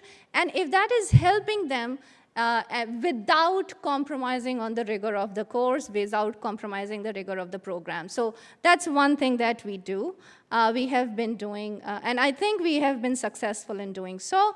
But the second thing that we have started recently, and it's a very proactive program that we have started, is trying to connect with the people with low CGPA scores. So students who are scoring low CGPA or SGPA, so even in one semester, we are trying to understand that what sort of challenges that they are going through, and treating their scores, their grades, as a symptom that might tell us about their mental well-being, from the time management to any clinical disorder that they are experiencing. So what we do is that we integrate mental well-being group to the program communication that we offer to the students. So program coordinator and mental well-being coordinator are now coming together to understand their problem, and then design a solution or design a program that can help them navigate the challenge related to their academic success and the lifelong success better. So that. I will end my session here. And I would like to thank the people who have made IIIT, at least the framework that I wanted to present, to great extent successful. It would not have been possible without campus well-being professionals, the volunteers, the coordinator, campus life committee, dean, registrar, and director. Thank you very much. Thank you, Dr. Priyanka Srivastava. I'm so sorry for taking extra time.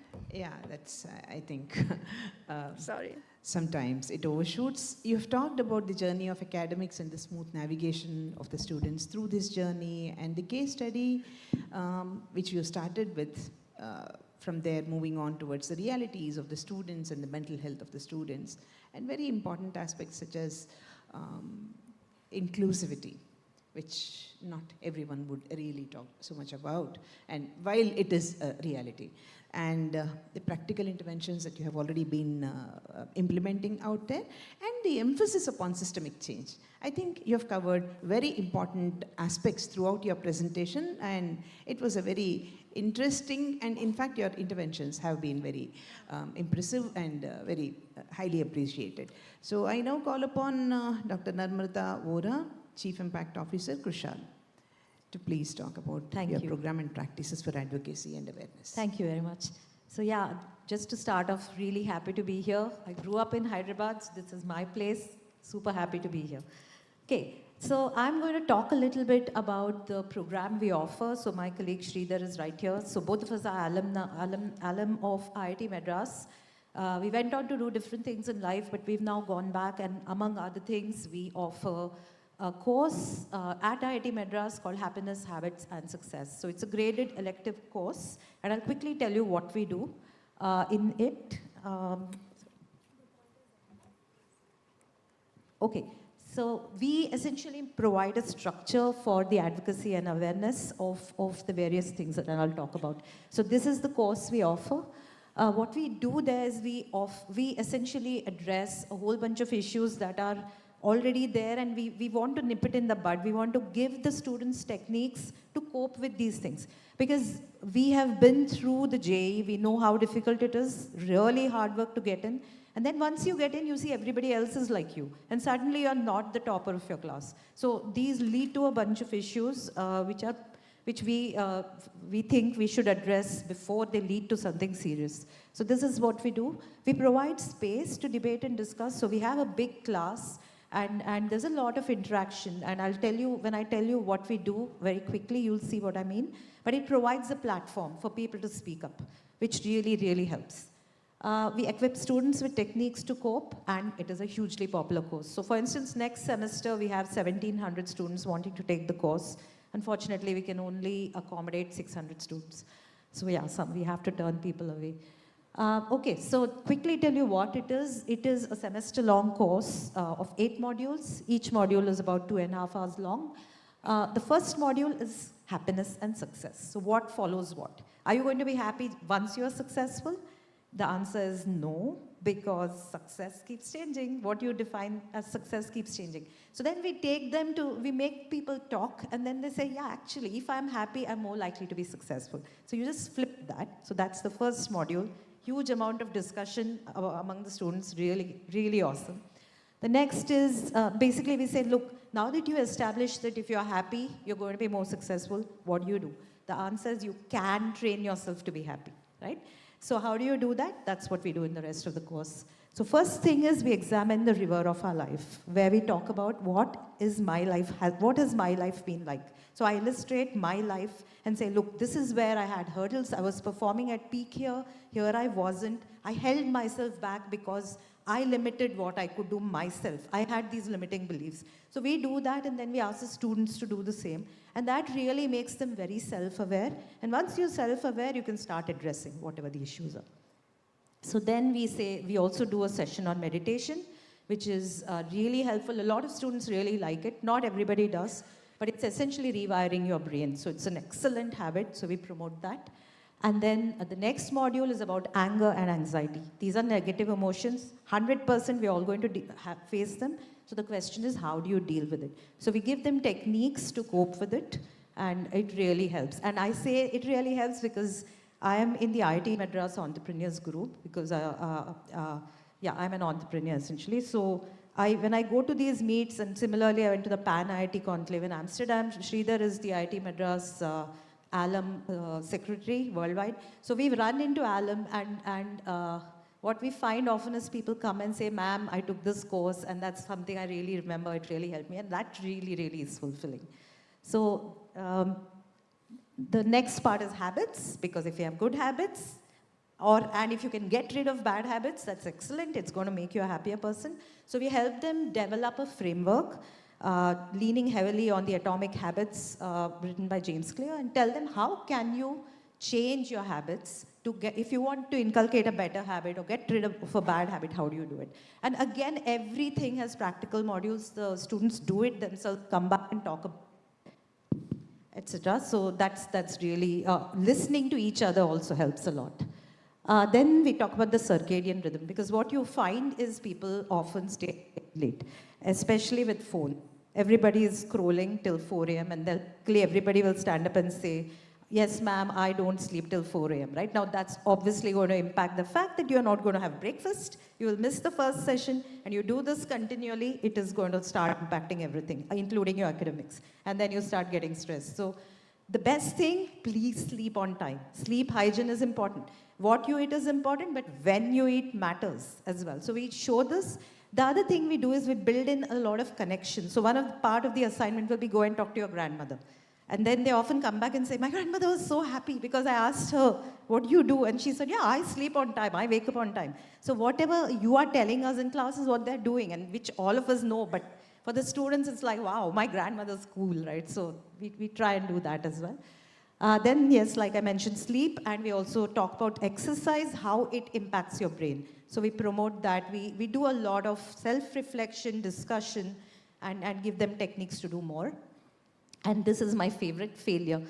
Nobody teaches us how to fail, right? But if you don't fail, that means you're stuck in life. So how do you normalize failure? I know all of us have talked about it, but talking to the students, and unfortunately, the JEE is something where you can't fail. You fail, you're not in the IIT, right? So it is a tough one. So this, we tell them, how can you fail? You either fail down or fail at the same level, or how do you fail up? Really important to learn. So I'm so glad this is being taught now. Nobody taught us that, sad. And it's not just about academics, it could be in relationships, it could be in anything in life. But how do you cope with failure? And then this is another favorite, gratitude. And this is what really resonates with people, because you're saying, think about so much, you have so much to be grateful for. We just always take it for granted, right? So you get through to a college which is difficult, or wherever you're in life, how did you get here? Your teachers and your parents supported you. And it's so easy to forget that, right? So start making a list of what you have to be grateful for. And then people talk about it in class. It's amazing. And suddenly you realize, actually I have a lot going for me. Let me not focus on the tiny bits that don't work. It's okay. And then we also say, now that you can see you're so lucky, how do we spread your luck, right? Volunteer, help others. That is really a short way of feeling happier. So we do these things. And it gives students a really fantastic new perspective is what we've always seen. So We have offered this course in various formats. Like I said, it is offered as a semester-long a course, which is graded elective. We have also done it as workshops for, just now, Priyanka was mentioning that faculty also need it. And we offered it to IIT Madras faculty and ran it for around 40 to 45 profs. And they really loved it. We offered it as a short course in IIT Gandhinagar. Subbu is here. So we offered it to all the first years. So there are 386 students in a huge auditorium like this. Beautiful infrastructure in IIT Gandhinagar as well, and here as well. And yeah, it was a 4-day course for the new students, which was fantastic. New students orientation program, as I said, we've also run it in corporates as 2-hour sessions went very well. And all the wellness coordinators are, of course, delighted by it because all the issues are normalized. And last slide, I promised, I just want to say how it is helpful. Basically, the students who've taken the course are aware now, they are empowered. So what happens is they can recognize issues if they see it in their friends who haven't done the course. And they can recognize the red flags. They can also suggest techniques to help cope. It is a ripple effect. And a culture of openness gets embedded on campus, which is excellent. It is normal to not feel okay. It is okay if you feel low. It is okay to fail. So that's what helps. And I think that's the end. And here's my email address. And Sridhar, please get in touch if you'd like to know more about this course. Thanks so much.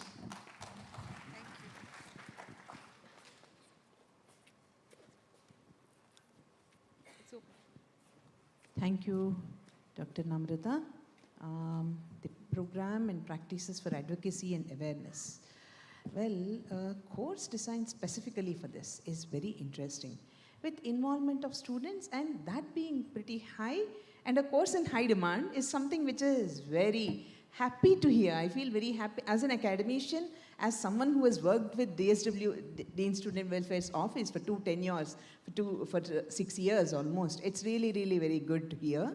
And yeah, a practically useful course, which you have very well portrayed, covering a panorama of issues systematically spread across the semesters.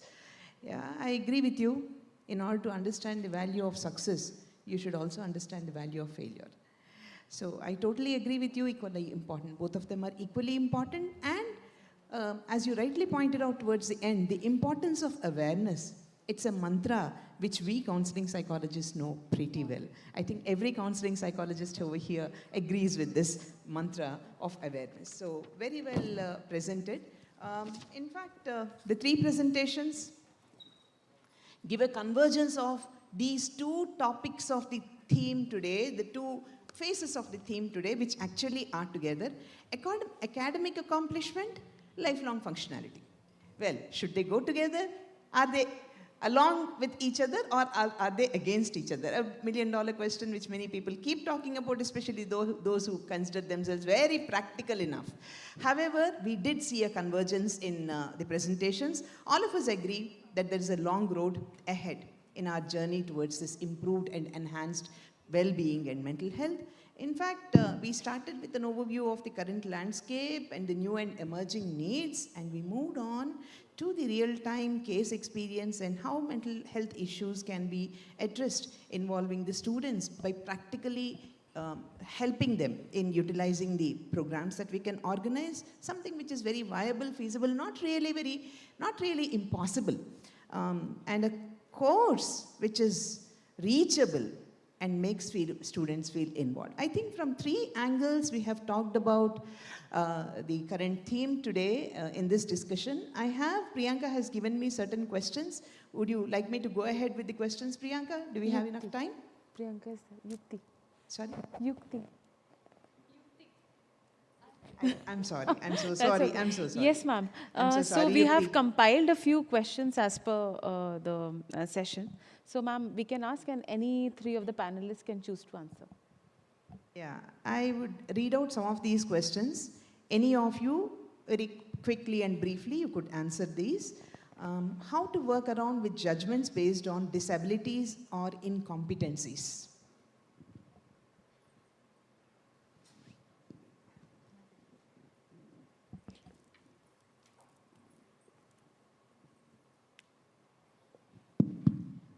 So how do you essentially face judgments is what is the question.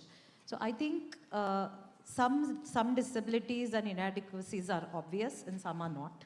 So all of us, essentially I think we know that we are all a bundle of, bundle of competencies and incompetencies. Nobody is perfect. So I think once you internalize that, then the external judgment potentially matters less. That is what I think. That is something that the individual does. But on the other hand, yes, there has to be societal awareness and just essentially reduce it. So I think both would work hand in hand. That's my view. So firstly, you don't respond to any judgment. And secondly, yes, there has to be, as a society, we have to work towards being less judgy and more tolerant. That's what I would say. And I think I'd like to say that seeing my children, I think we are getting better as a society. That the younger generation is definitely much less judgmental, I think. Yeah. Thanks. Thank you so much, ma'am. You were... You want to answer? Just a line? Yeah, you were so right, ma'am, that this generation is less judgmental. And why there is communication gap? Because they say adults judge us at all times. You rightly said that if I am self-aware of my strengths, I should feel proud of it. And I should also accept my shortcomings, work upon them, try to overcome them, and feel good about yourself. Then I will not care about people judge me or not. So I am unique. I accept myself the way I am. So that self-awareness, that life skill needs to be developed, and it is developed right from childhood years. If my mother tells me, this doesn't suit you, so I grow up with that. So I think we adults also need to change our approach, not being judgmental. Thank you.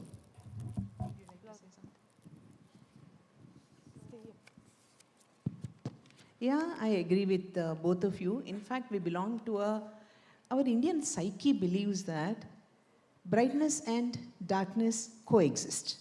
When there is a shortcoming, there are some strengths as well. Who doesn't have a shortcoming? Who doesn't have strengths? So, considering the disabilities or incompetencies as the priority, or should we balance them with our competencies and abilities? There may be something which may be lacking, but there is something which we may really, really be very good at.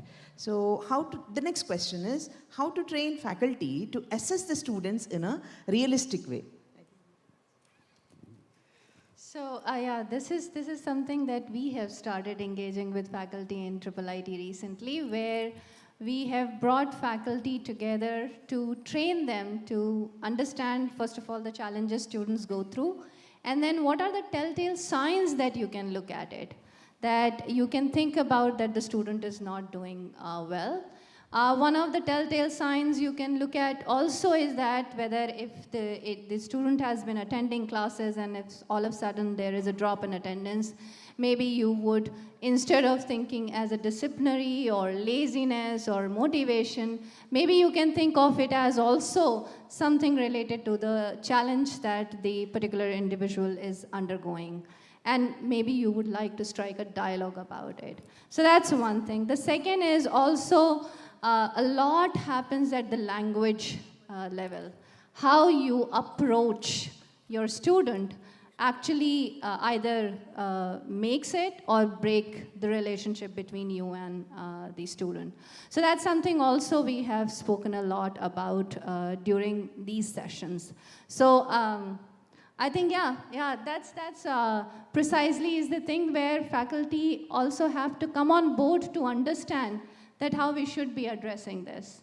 And we have had the session with mental health professionals who come and actually brought these principles and protocols that we can follow. So a very humane approach. That's what at the end of it that we all talk about. We are not on a higher podium, on a higher pedestal. We are just as humane as they are, and they are as human as we are. So a humane approach is something which you're advocating. So I think now we are coming back to the word failure. Ways to deal with failure and cope with the research challenges. This is something a research student would really worry about a lot. So any of you or one of you? They want to ask that how to cope with the failure when they're in the PhD. How to deal with failure. When they are at PhD level? Yeah. I think if I were in their place, oh, I'm doing PhD, doesn't matter, I failed this time. Try and succeed. That's my approach. Yes? So it's not one time. PhD takes very long. 5 right? years. And you have to accept, as we've been reiterating, that if you celebrate success, celebrate failure also. If not today, maybe tomorrow. You have to have that determination, perseverance, right? So failure will come. If not now, if not today, maybe tomorrow. Thank you. Yeah, so one of the things we advocate and we try to practice ourselves, and I'll tell you a very quick anecdote at this point. During COVID, we were running this online, and I had my screen, I was sitting at home, all my students were on the screen, Sridhar was there too, and I was talking about failure. And the door opens and my younger daughter walked in, and she had just missed an offer from Cambridge, and she was in tears. So she sat in front of me, and here I'm lecturing to the students, and here she's sitting. She knew I was doing, so she didn't say anything. She was just sitting and tears flowing. And her older sister, my older daughter is at Cambridge, so it hit her a bit harder, I think. And I was like, wow, this is a real test for me, right? Where I'm giving others a lecture on failure, and here's my own child. So anyway, coming back to the point, so what I tried to tell her, which was a real test, I will say, this is not a permanent failure. Right? Okay. This is not permanent. This doesn't mean that your life is over. There are other opportunities. Yes, you were set on Cambridge, okay, but you have other opportunities. There are other places. It doesn't, so, that's what we try to do to our students.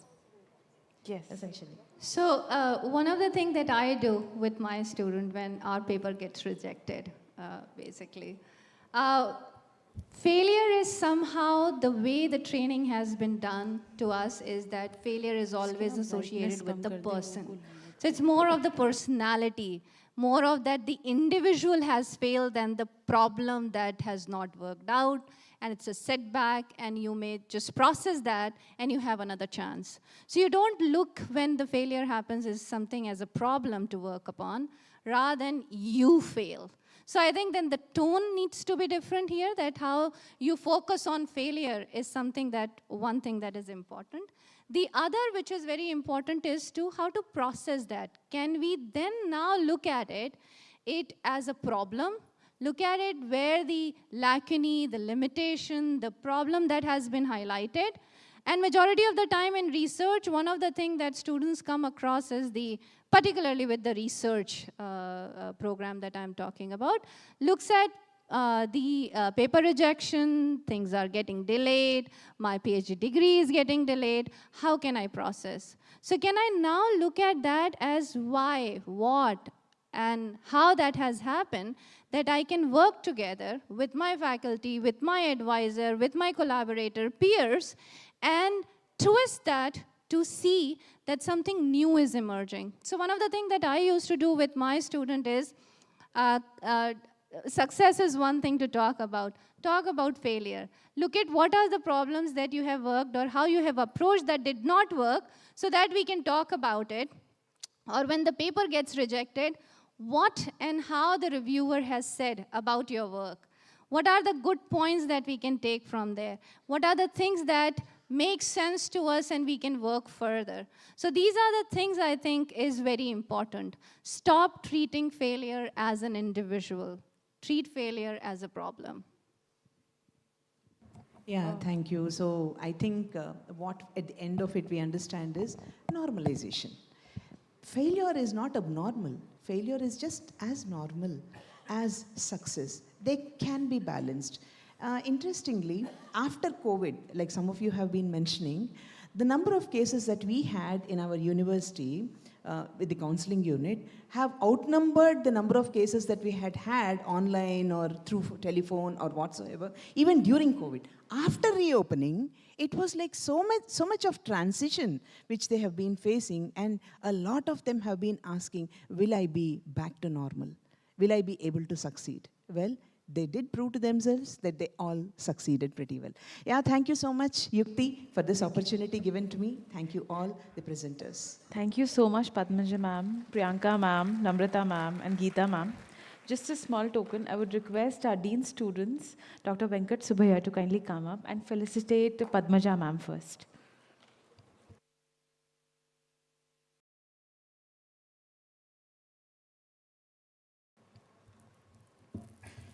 Sir ko de do. Sir.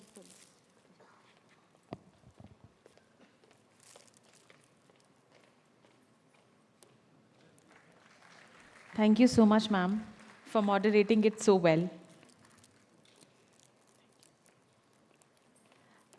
Now I request Padmaja ma'am to felicitate the other panelists. Geeta ma'am, Geeta Mehrotra ma'am.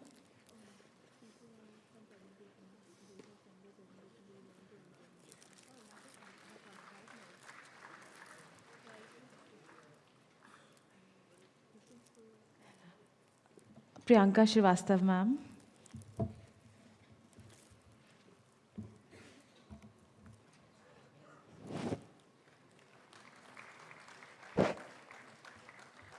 And Namrata Bhura ma'am.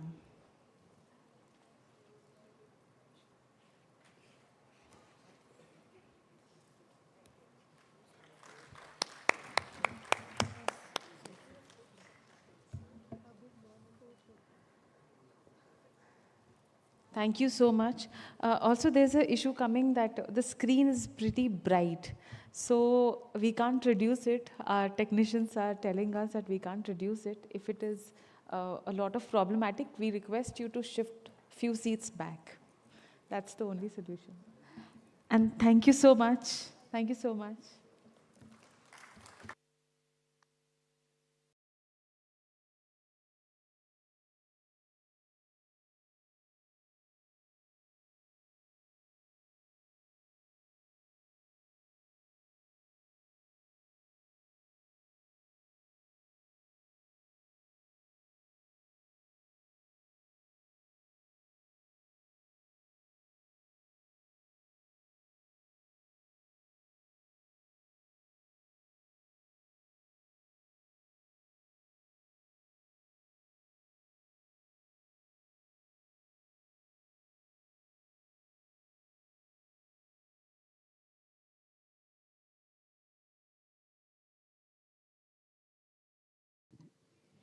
The next panel discussion, Improving Faculty and Students as Sentinels of Wellbeing, will delve into strategies that can strengthen both faculty and student well-being.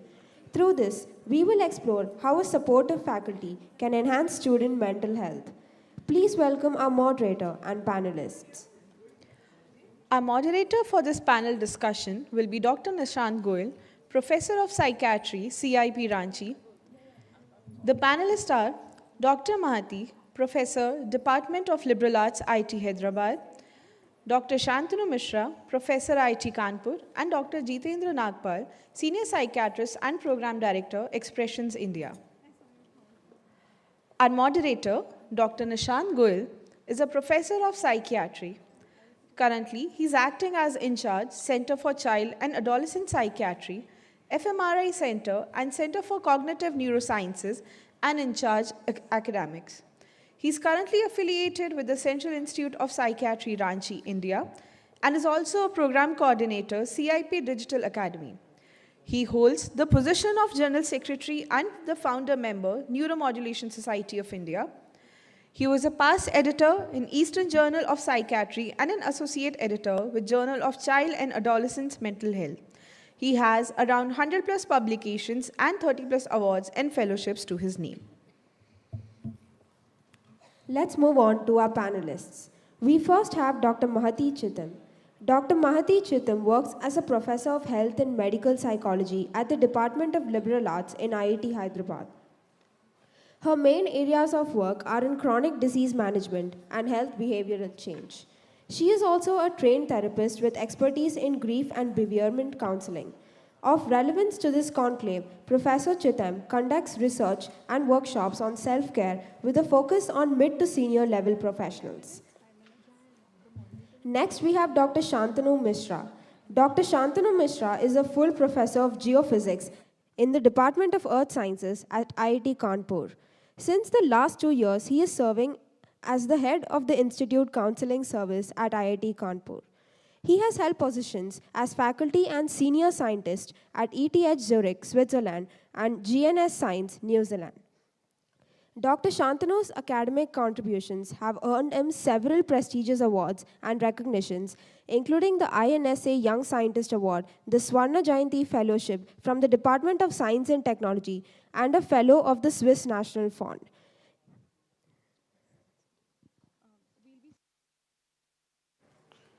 We'll be starting the session. Dr. Nagpal's topic will be doing tomorrow morning. Nishant sir, please. So I think now that we don't have sir, so we'll save some more time. No, sir, time is same. Time is same. I'll be showing my visual buzzer. It's on. Oh, I thought that you will give more time to our No, sir, panelists. can't give. I can't be Anyways, unfair to all five. Okay, thank you. This session will also be a duration of 45 minutes and then we'll have a tea break. It's come. कम हो गया ना आधा वही तो घंटा हो बात हो रही गया है हाँ 8 मिनट ही है sir Fine. So, since morning we have been talking about, the resource persons being the sentinel for well-being. So, starting from the inaugural, then the first panel, now we all are talking about how we can be, a resource person or a sentinel to promote, to create awareness, to maybe advocate, as well as to take care of the well-being of our students and the people around us. So along these lines, I would first like to request Dr. Mahati to talk about, I think you will be talking about tackling barriers and stigma related to this particular aspect of that is there in the teachers and maybe the students or who have opted to be, the co-teachers or the co-mentors in our respective workplace. So, ma'am, it's over to you. You want to speak over there?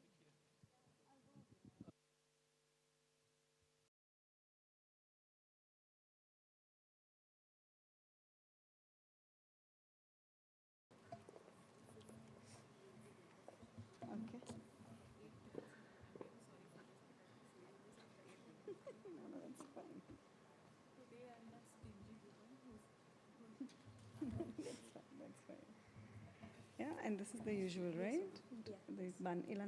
Okay, all right. Good afternoon.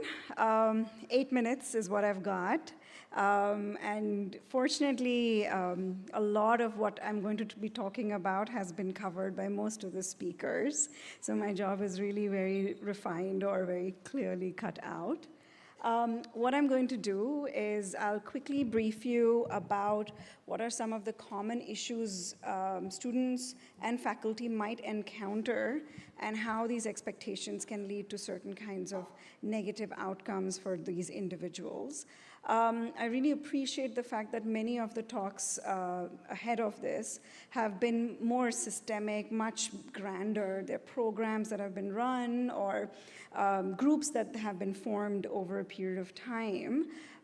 Much of my talk will be centered around the individual and what could be individual barriers in order to provide mental wellness to our community.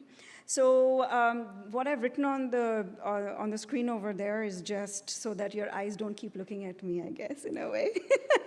But what I'm trying to focus more on is the fact that when students or faculty are unable to express themselves, there's a lot of narrative that goes into the background, right? There's a narrative of shame and guilt for not being strong enough. There's a very strong narrative around not being vulnerable, not expressing one's vulnerability. And over a period of time, we've all not learned the skills of help seeking. A very big discourse in this, and I did want to ask the panel before myself and this panel was, what is the history we come to our colleges with, right?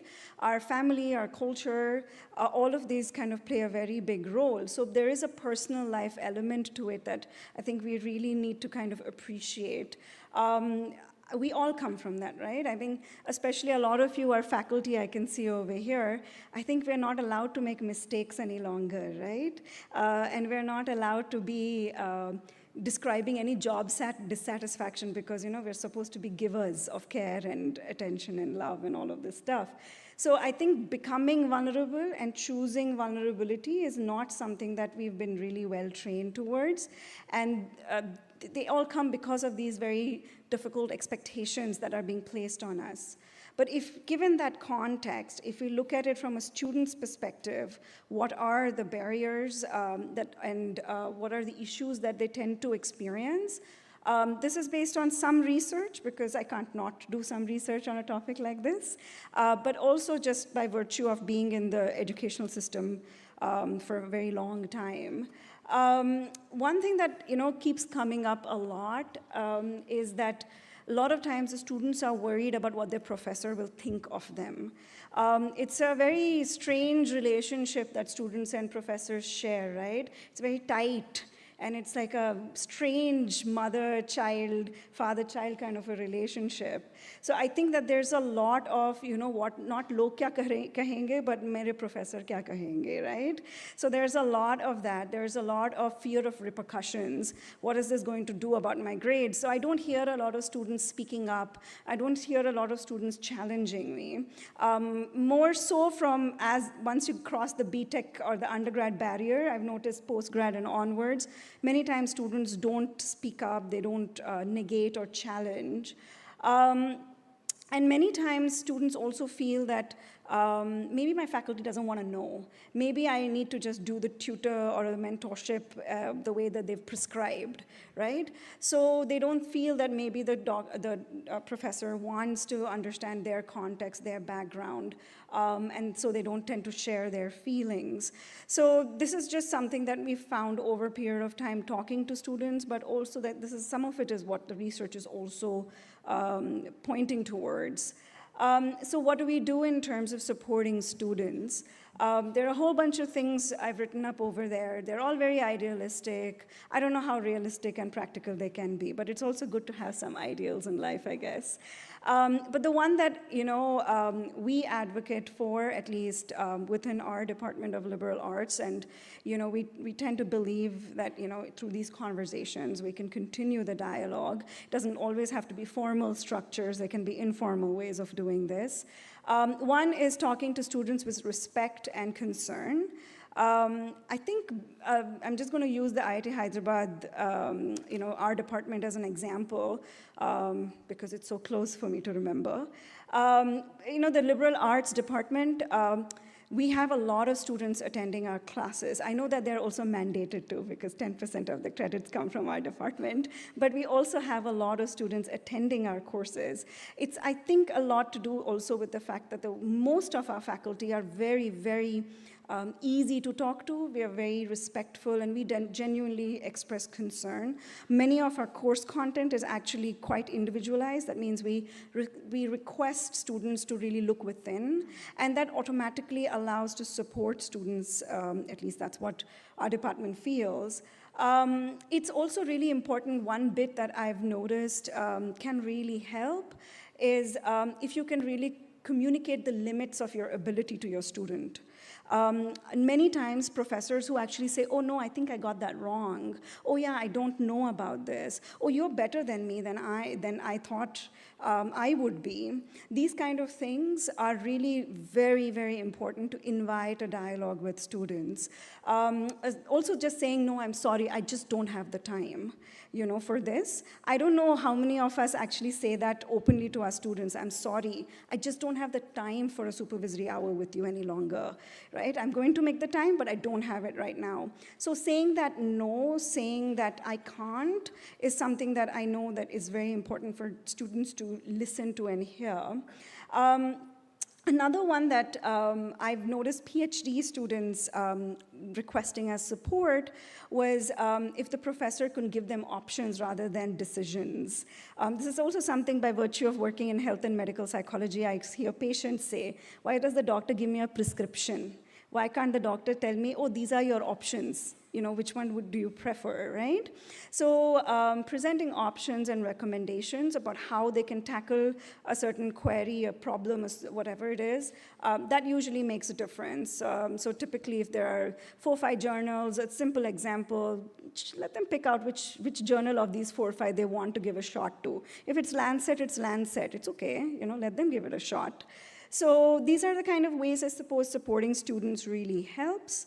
From a faculty perspective, and this is really close to my heart because I do a lot of self-care workshops and through the TechEp program and through the CEP program in IIT Hyderabad, where we look at, you know, improving faculty wellness. Something that, you know, every time I interact with hundreds of faculty over the last how many ever years, is that a lot of them are very concerned about what their colleagues think of them. You're you hold your cards very close to your chest. We're always so scared. You know, there's a gender issue as well. I mean, to be a woman in a fairly powerful position as a head or even as a professor, as a dean, any decisional authority, is not easy. So there is a lot of a gender divide over there that I see in academia. People think it's a cushy job. It is not at all a cushy job. So there is also that. And one thing that I've noticed is that we are not taught many basic skills. Think about it. Have we all been taught administrative skills? But we all have to do admin, right?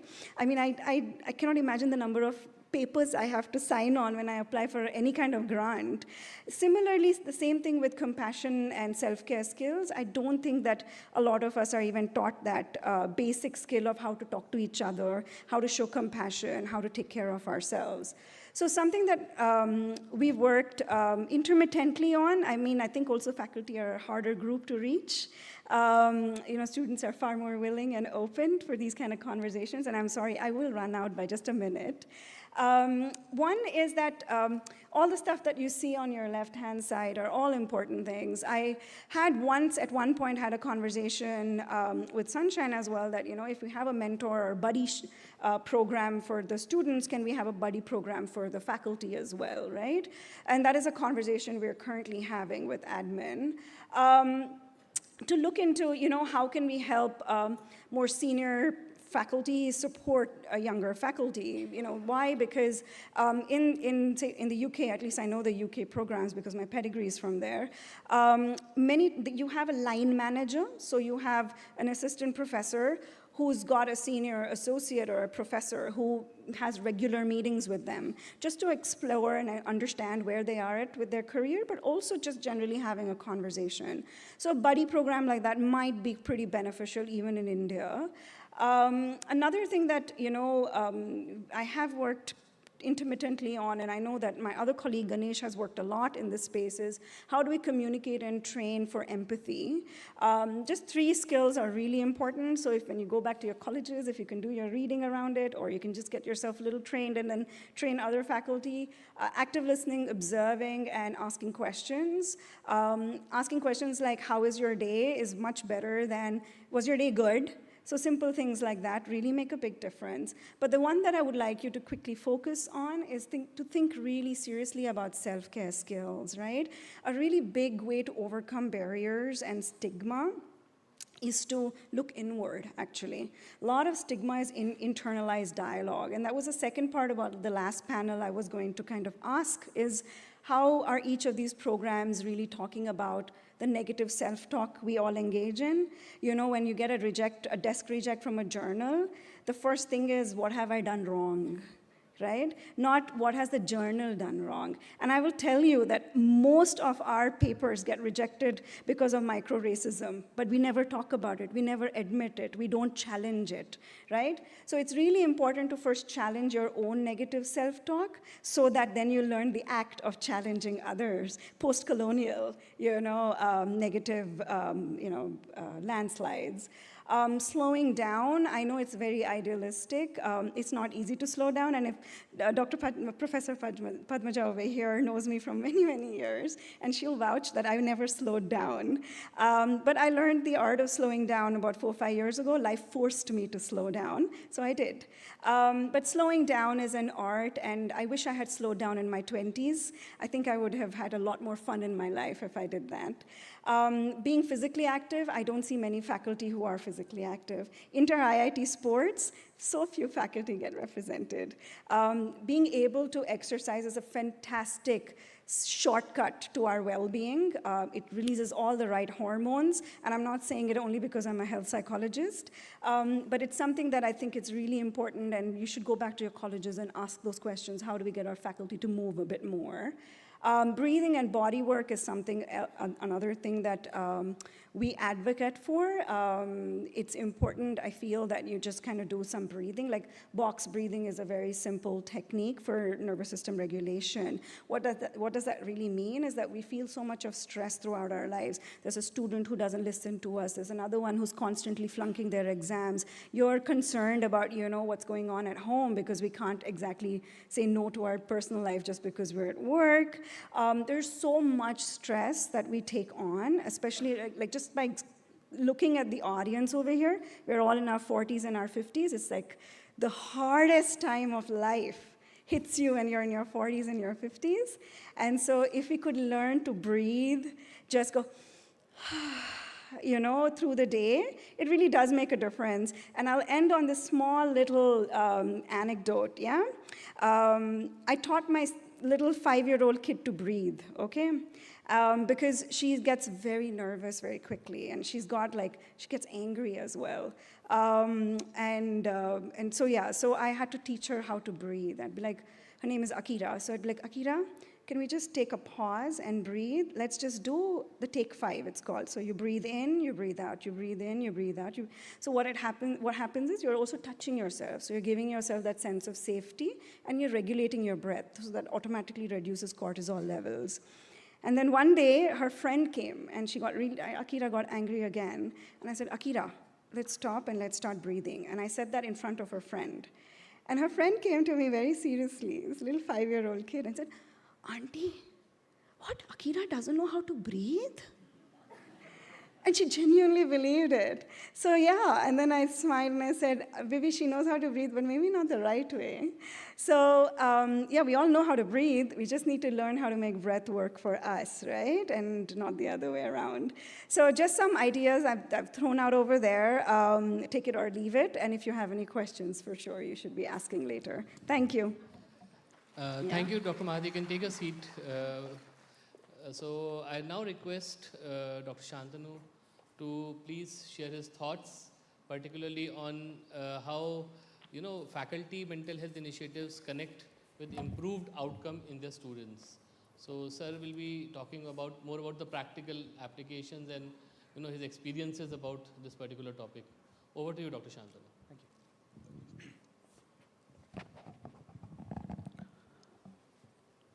Thank you very much.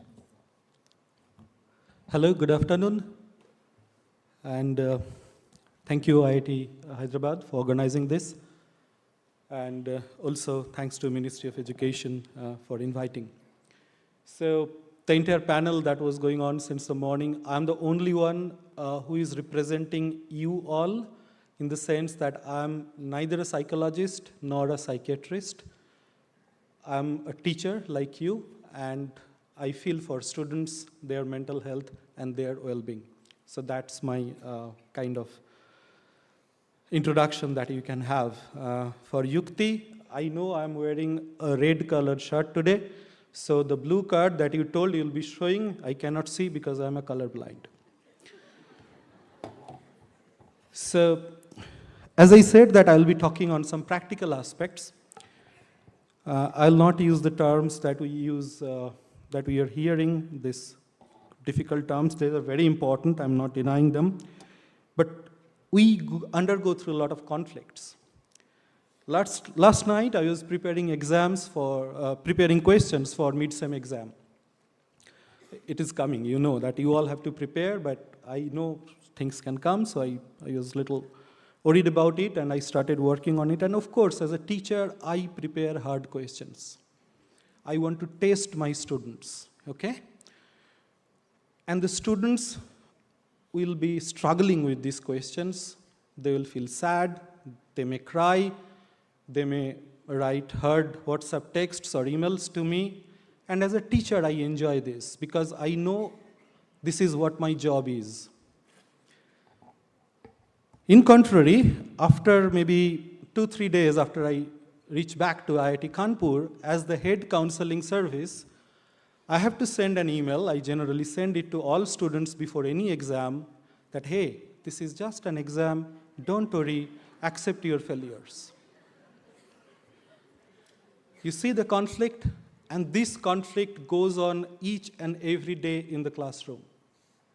Each and every day when you supervise a student, you ask the student, don't worry, run the experiment. I will see. I don't know whether I can get the student a postdoc. I don't have any power to call a director or a vice chancellor, sir, ye mera student hai, isko thoda naukri de dijiye. No, that's not my job. I cannot do it. And please understand the students who are spending their golden time in their life. An undergraduate student, 20 plus minus 2 years. A PhD student, 25 plus minus 3-4 years. Now at the same time, because we receive salary from the ministry, after 7th pay commission, it's pretty healthy. So we cannot give excuse. We cannot say, okay, it's your problem. We also have to find a solution. That's our job.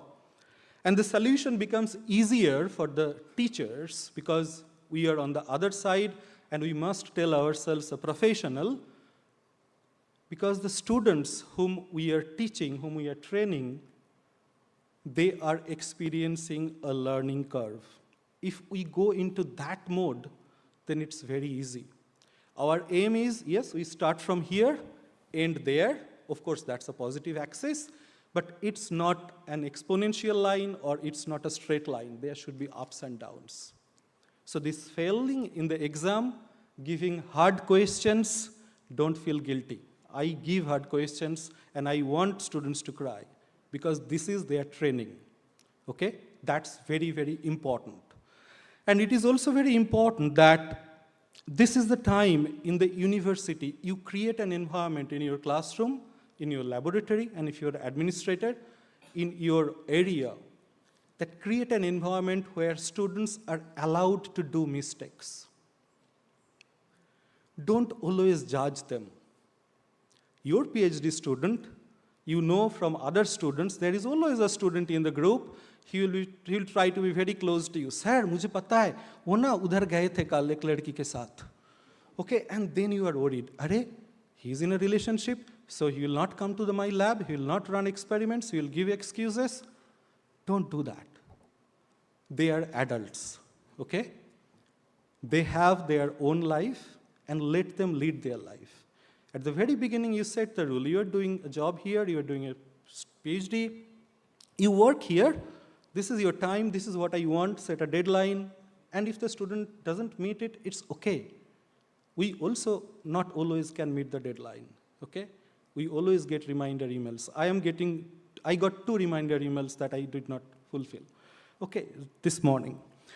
So it's very important that you understand them, let them do mistakes, because this is the environment where they are allowed to do mistakes. In the hostels, you don't go to their room and see what posters they have in their wall. That's not your job. Let them do the mistakes. Let them learn, okay? Let them accept no. And this is very important, they are allowed to be sad. If a student fails in an exam, he or she is allowed to be sad. He should feel depressed.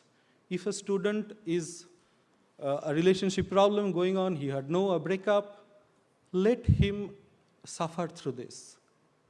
I may creating some controversy, but it is important because he or she is in an environment where he is guided. We always complain, particularly at IITs when students come through JEE, ये parents लोग इसको एक cocoon में रखते हैं और यहाँ छोड़ देते हैं, इसको कुछ पता नहीं. Aren't we doing the same thing by trying to guiding them? Let them be adult. So they were boys and girls. In this time, they will become man and woman. So when they will go outside to their professional life, it's important that they already have done these mistakes. They know they should not do that. Otherwise, they will do it again. Okay? So the bottom line is, I think Priyanka told that, Mrs. Vora told that it's okay not to be okay. Okay? So that doesn't mean that you are allowing them to flow. Of course, substance abuse is a serious problem. Okay? Then harming, self-harm. We always talk about suicide, but there is, psychiatrists should know that there is a huge spectra from self-harm to attempt, and that probably includes anything. You're skipping your breakfast, you're not sleeping well, you're scratching your hand, you're hitting your head on the wall, to attempt to suicide. All these things happen. These are the things that you need to take care. So at the end, there are some slides that I would like to show you. And it's also important that you separate the students, the problems of undergraduate students and problem of PhD and master students are completely different. Please do not homogenize them. Okay, so because I have to speak on something and give you some messages from the practical aspects. So over time at IIT Kanpur, we have a counseling service which is running for more than 50 years. That's the oldest counseling service in India. And I'm very privileged to work over it for last couple of years. And I always talk to psychiatrists and experts and also students. And here is very, very important. As I said, treat the students as adults. So you involve students in the decision making, be it is your class or be it is your laboratory, that which instrument you should buy, which direction you should research. You take the students, he or she will be very, very open to you. All these worries will go. He will tell or she will tell and approach you. He'll be a good assistant for you. Someone is telling that faculties are stressed. Faculties also complain, okay? So if you make a good team within yourselves, and for that you need trust. So what I was talking about, so some very common symptoms that we figured out and we circulated with our faculty at IIT Kanpur. I'm not going to read them all or explain it all. I request you, if you like them, you can take photographs and you can check it. So there are safety risk indicators. So this is where you should be really, really alarmed. That a student, you know, is very good, but all of a sudden he or she is showing inappropriate anger, hostility. He started stalking someone, harassing someone, etc., etc. Then, of course, there are academic indicators. A good student, all of the students that we get, they are selected students. So when their academic performance suddenly it goes down, that's something that you need to work on that, okay? So they don't come to the lab, they don't come to the class. If continuously they are not coming, just make a call and then see what he or she is doing. Okay, so they also write different contents in the social media, ideation of suicides, etc., etc.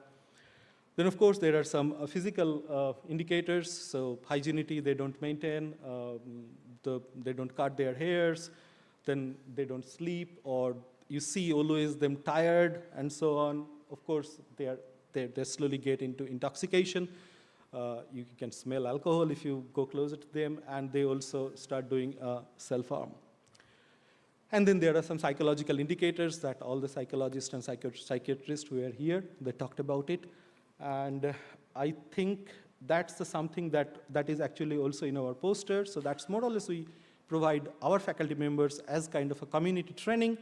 What is most important that, again, not to be non-judgmental. So ask very open questions.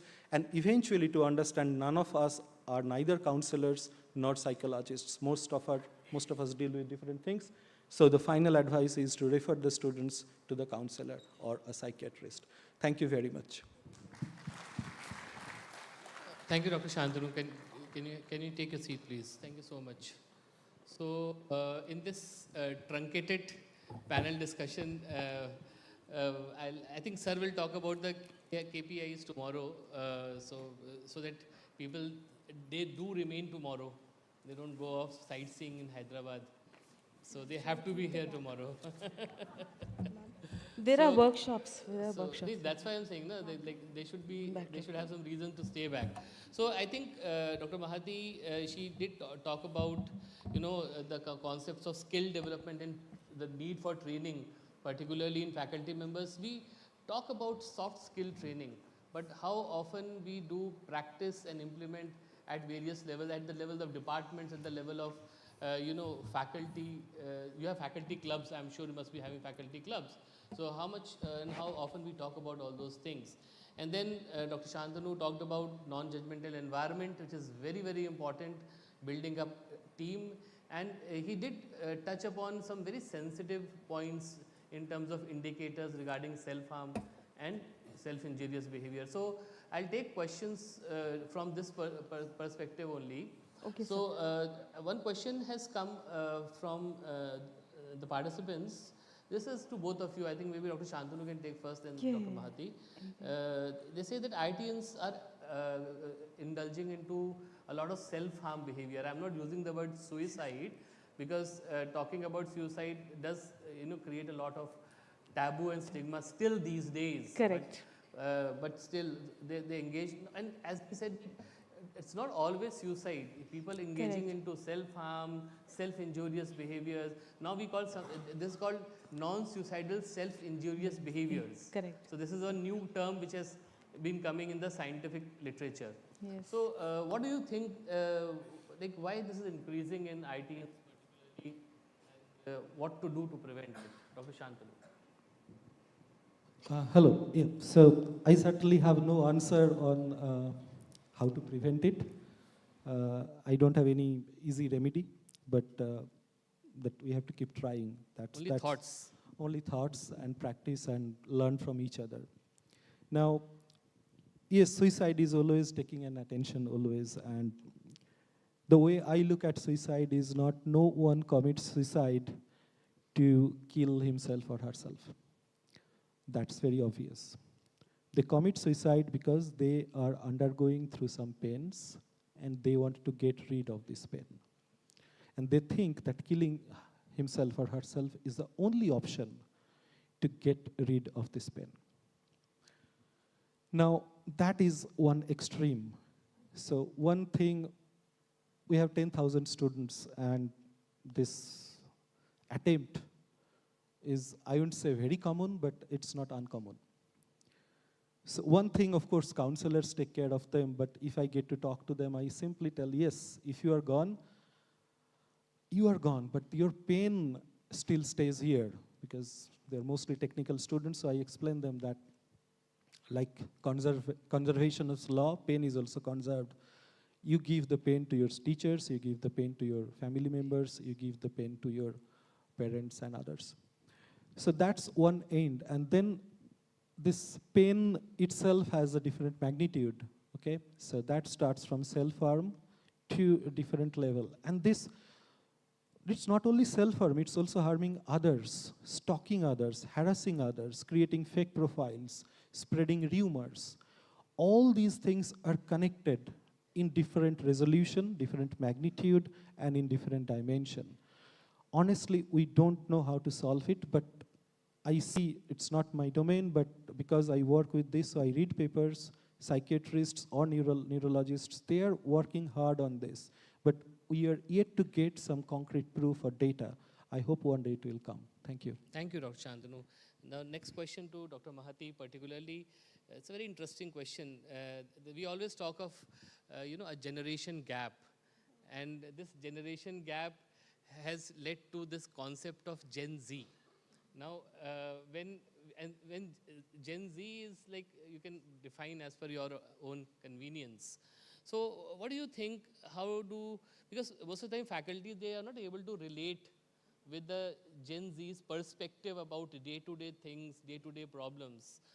So how do you think a faculty can, or like how can a faculty develop a perspective or not to tackle with Gen Z?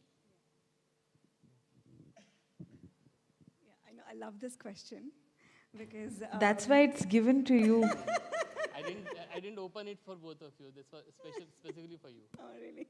No, I love it because only just a couple of days ago, I go for this certain class, and my buddy was a 20-something-year-old girl, and we were both attempting something that was very difficult. And then when we were talking, I told her my kids, da-da-da, and she said, how old are they? I said, 11 and 7. She said, my God, you know, I thought you said toddlers. I said, no, I'm older. I'm 40 plus. And then she said, oh, you're so inspirational. So I realized that I'm not cool any longer. I'm just inspirational now, you know. I've gone to the other side. And when people talk about research of the elderly, they say 40 plus, and I'm like, oh, okay. You know? So yeah, but you are right. There is definitely, now I sense a huge generational gap between the language I speak or the examples I take and what the students, they don't even relate to these examples any longer. One way in which, you know, my children have beat it out of me and made me understand is we just need to accept that it is going to be different. We are going to have generational differences. One is that just leaning into that acceptance. The other thing is put some perspective. What we did, our parents didn't like, right? There was a generational gap there as well, but it was right for us then, right? So like using, basically knowing how to use a mobile phone has come to our advantage now. I mean, imagine if my parents didn't let me have a mobile altogether, you know? So little things like that, I think we need to kind of gain our own perspective. We need to accept that there's going to be a difference. But as provocative as Shantanu's talk has been, he is also right in the fact that maybe it's okay for us to say it's not okay. You know, some of the things I'm drawing the line over here. So I think boundary setting really falls on our shoulder. It's unpleasant, but that is also something we need to focus on. Thank you. I'm sure teachers didn't have to feel bad with these generational differences. That doesn't mean that you are old. So you're not old just because you have a difference of opinion and generational differences. So I think one last question, if Yes, please. Last question. So this is more of a policy-related question. Joint Secretary Ma'am is sitting over here. So this is to both of you. I think maybe Shantanu can take first, then followed by Dr. Mehati.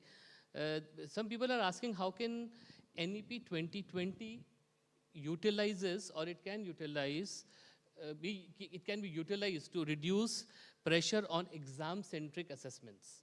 Like again, this is a very thought-provocative question because a lot of work needs to be done. A lot of like brainstorming has to be done on this.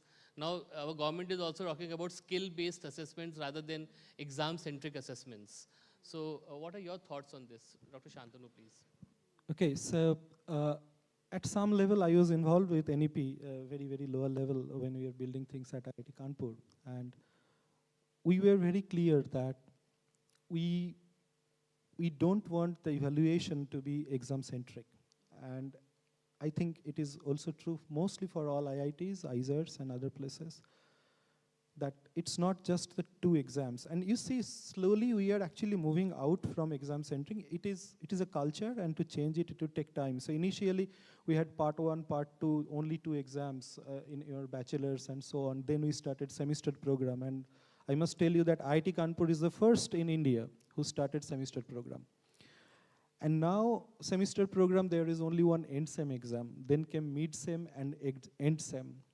And now we have, at IIT Kanpur at least, to reduce the exam stress, we actually make it continuous evaluation. So mid-sem and end-sem actually have only 30% or 40% of the entire course weightage. And rest of the time, they undergo very minor exams. And that actually created a very funny joke about IIT Kanpur, that in IIT Kanpur, बच्चे exam के 2 दिन पहले पढ़ाई करते हैं. What is not told that at IIT Kanpur, every 2 days, you have 1 exam. So be it minor or it's minor exam, just simple test. Maybe what I taught in the last 2 days, I'll ask some questions, maybe 10 marks. So that helps students in many different ways. So during the exam, exam stress is extremely important. So students just cannot, he's prepared very well, okay? And then he just cannot give exam. He could not come to the exam hall. But then he would lose only maybe 10%. But rest of the time he is fine.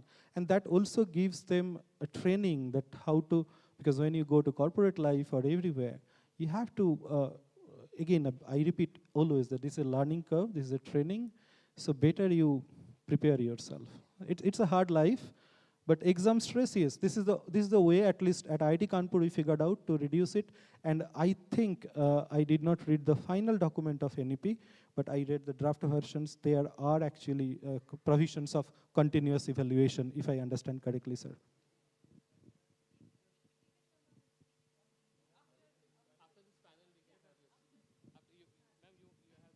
Oh, I don't have much more to add than what Shantanu has already said. So, yeah.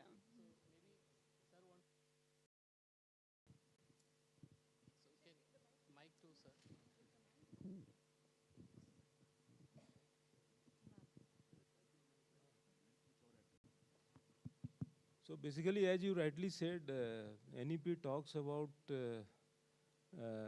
have an education system where we lay emphasis more on critical thinking, high order thinking, continuous formative assessment instead of this current system of summative assessment. So you appear in one examination, if you have got 6 pointer or A grader, then you are okay, otherwise you are very bad. So, but NEP recommends for whole transformation in terms of evaluation, assessment and evaluation of the students right from the school level up to the higher education system. So now it is up to the, the fraternity of higher education ecosystem to devise and develop how they are going to evolution and assessment of the students at various stages. And in this regard, you must have heard about this National Credit Framework, which basically provides a framework for creditization of all type of learning, whether you are spending time in the classroom, you are doing some project work, you are participating in any sports activity, or you are doing some, you have some experiential learning. So NCRF provides a framework where all type of learning acquired by the students, that will be creditized and that will be adequately assessed by the appropriate assessing authority. And that way, this whole assessment mechanism has to be integrated into the education system. And that way, this pressure of one examination, performing in one particular examination, that will vanish. So that is the basic philosophy of NEP. Thanks, Devendra sir. I think that was very valuable addition to helping a lot of de-stressing also. No, I have two thoughts. One was for the last panel and you also, because otherwise we might all forget it on this note. Shantanu, I had a question for you. More of a philosophical one or maybe a metaphor. It also recalls 2 cases only in the last month. You know the numbers that have happened only in October, IITs. So at least 2 of them are relevant to what you both were talking. Safety risk indicators recognize and respond. Institutional responsibility. If the response happens to be getting a defensive response from the person, either a student or a faculty, whoever is within the framework of a risky pattern of behavior, right? What do you do then? Let them suffer? Second, in both such cases, the response was, okay, let them suffer. And in both cases, the parents are up against the institute now because the child has gone.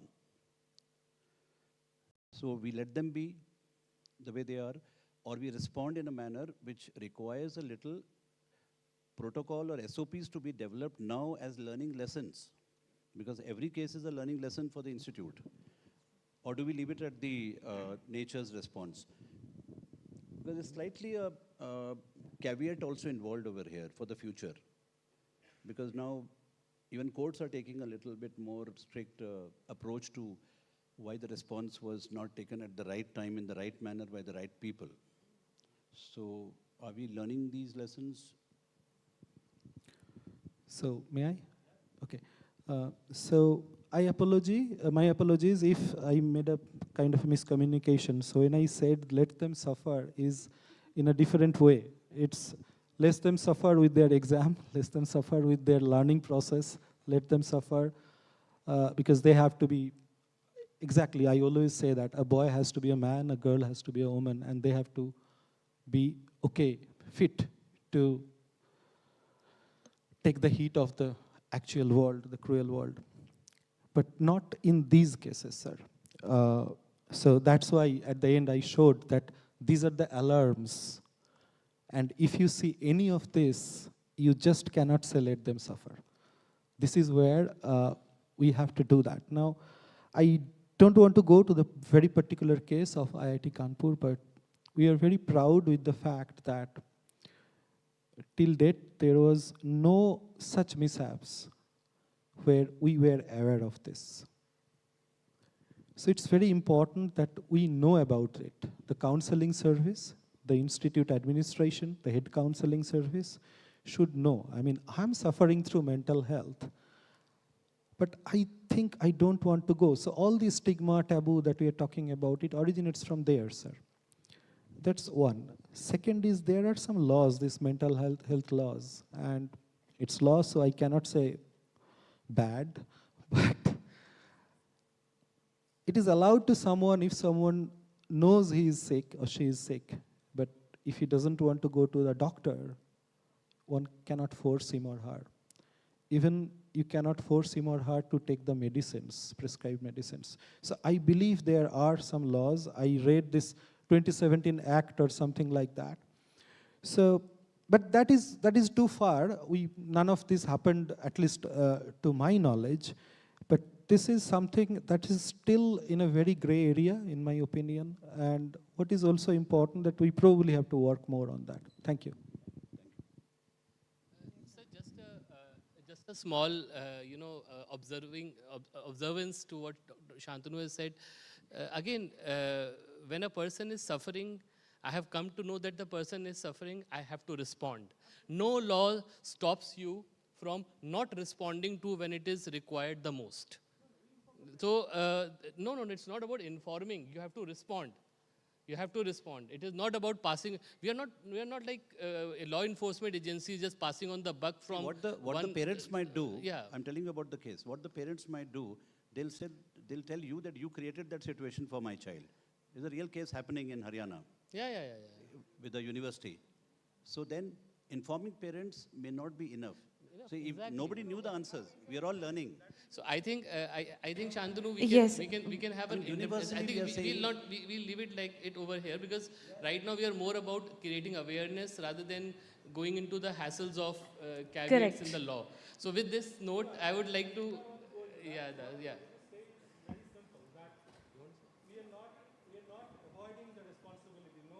That's what. That's the bottom line. Correct.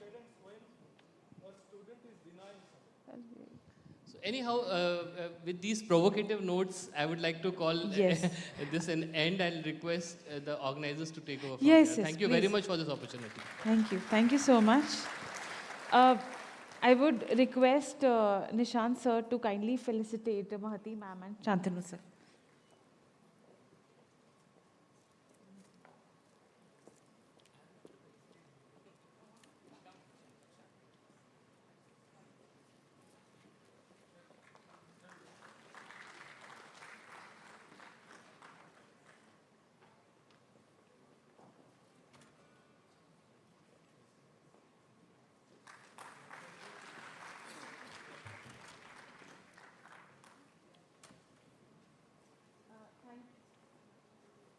Thank you so much, Mahati ma'am and Shantanu sir, for such a beautiful session. Thank you, Nishant sir, for moderating it so well. Now we open for our tea break. After the tea, the students will go for a workshop with Geeta ma'am. The volunteers will be there to navigate the way. Okay? Thank you. And we'll be back in another session in another 15 minutes, 1-5. Okay.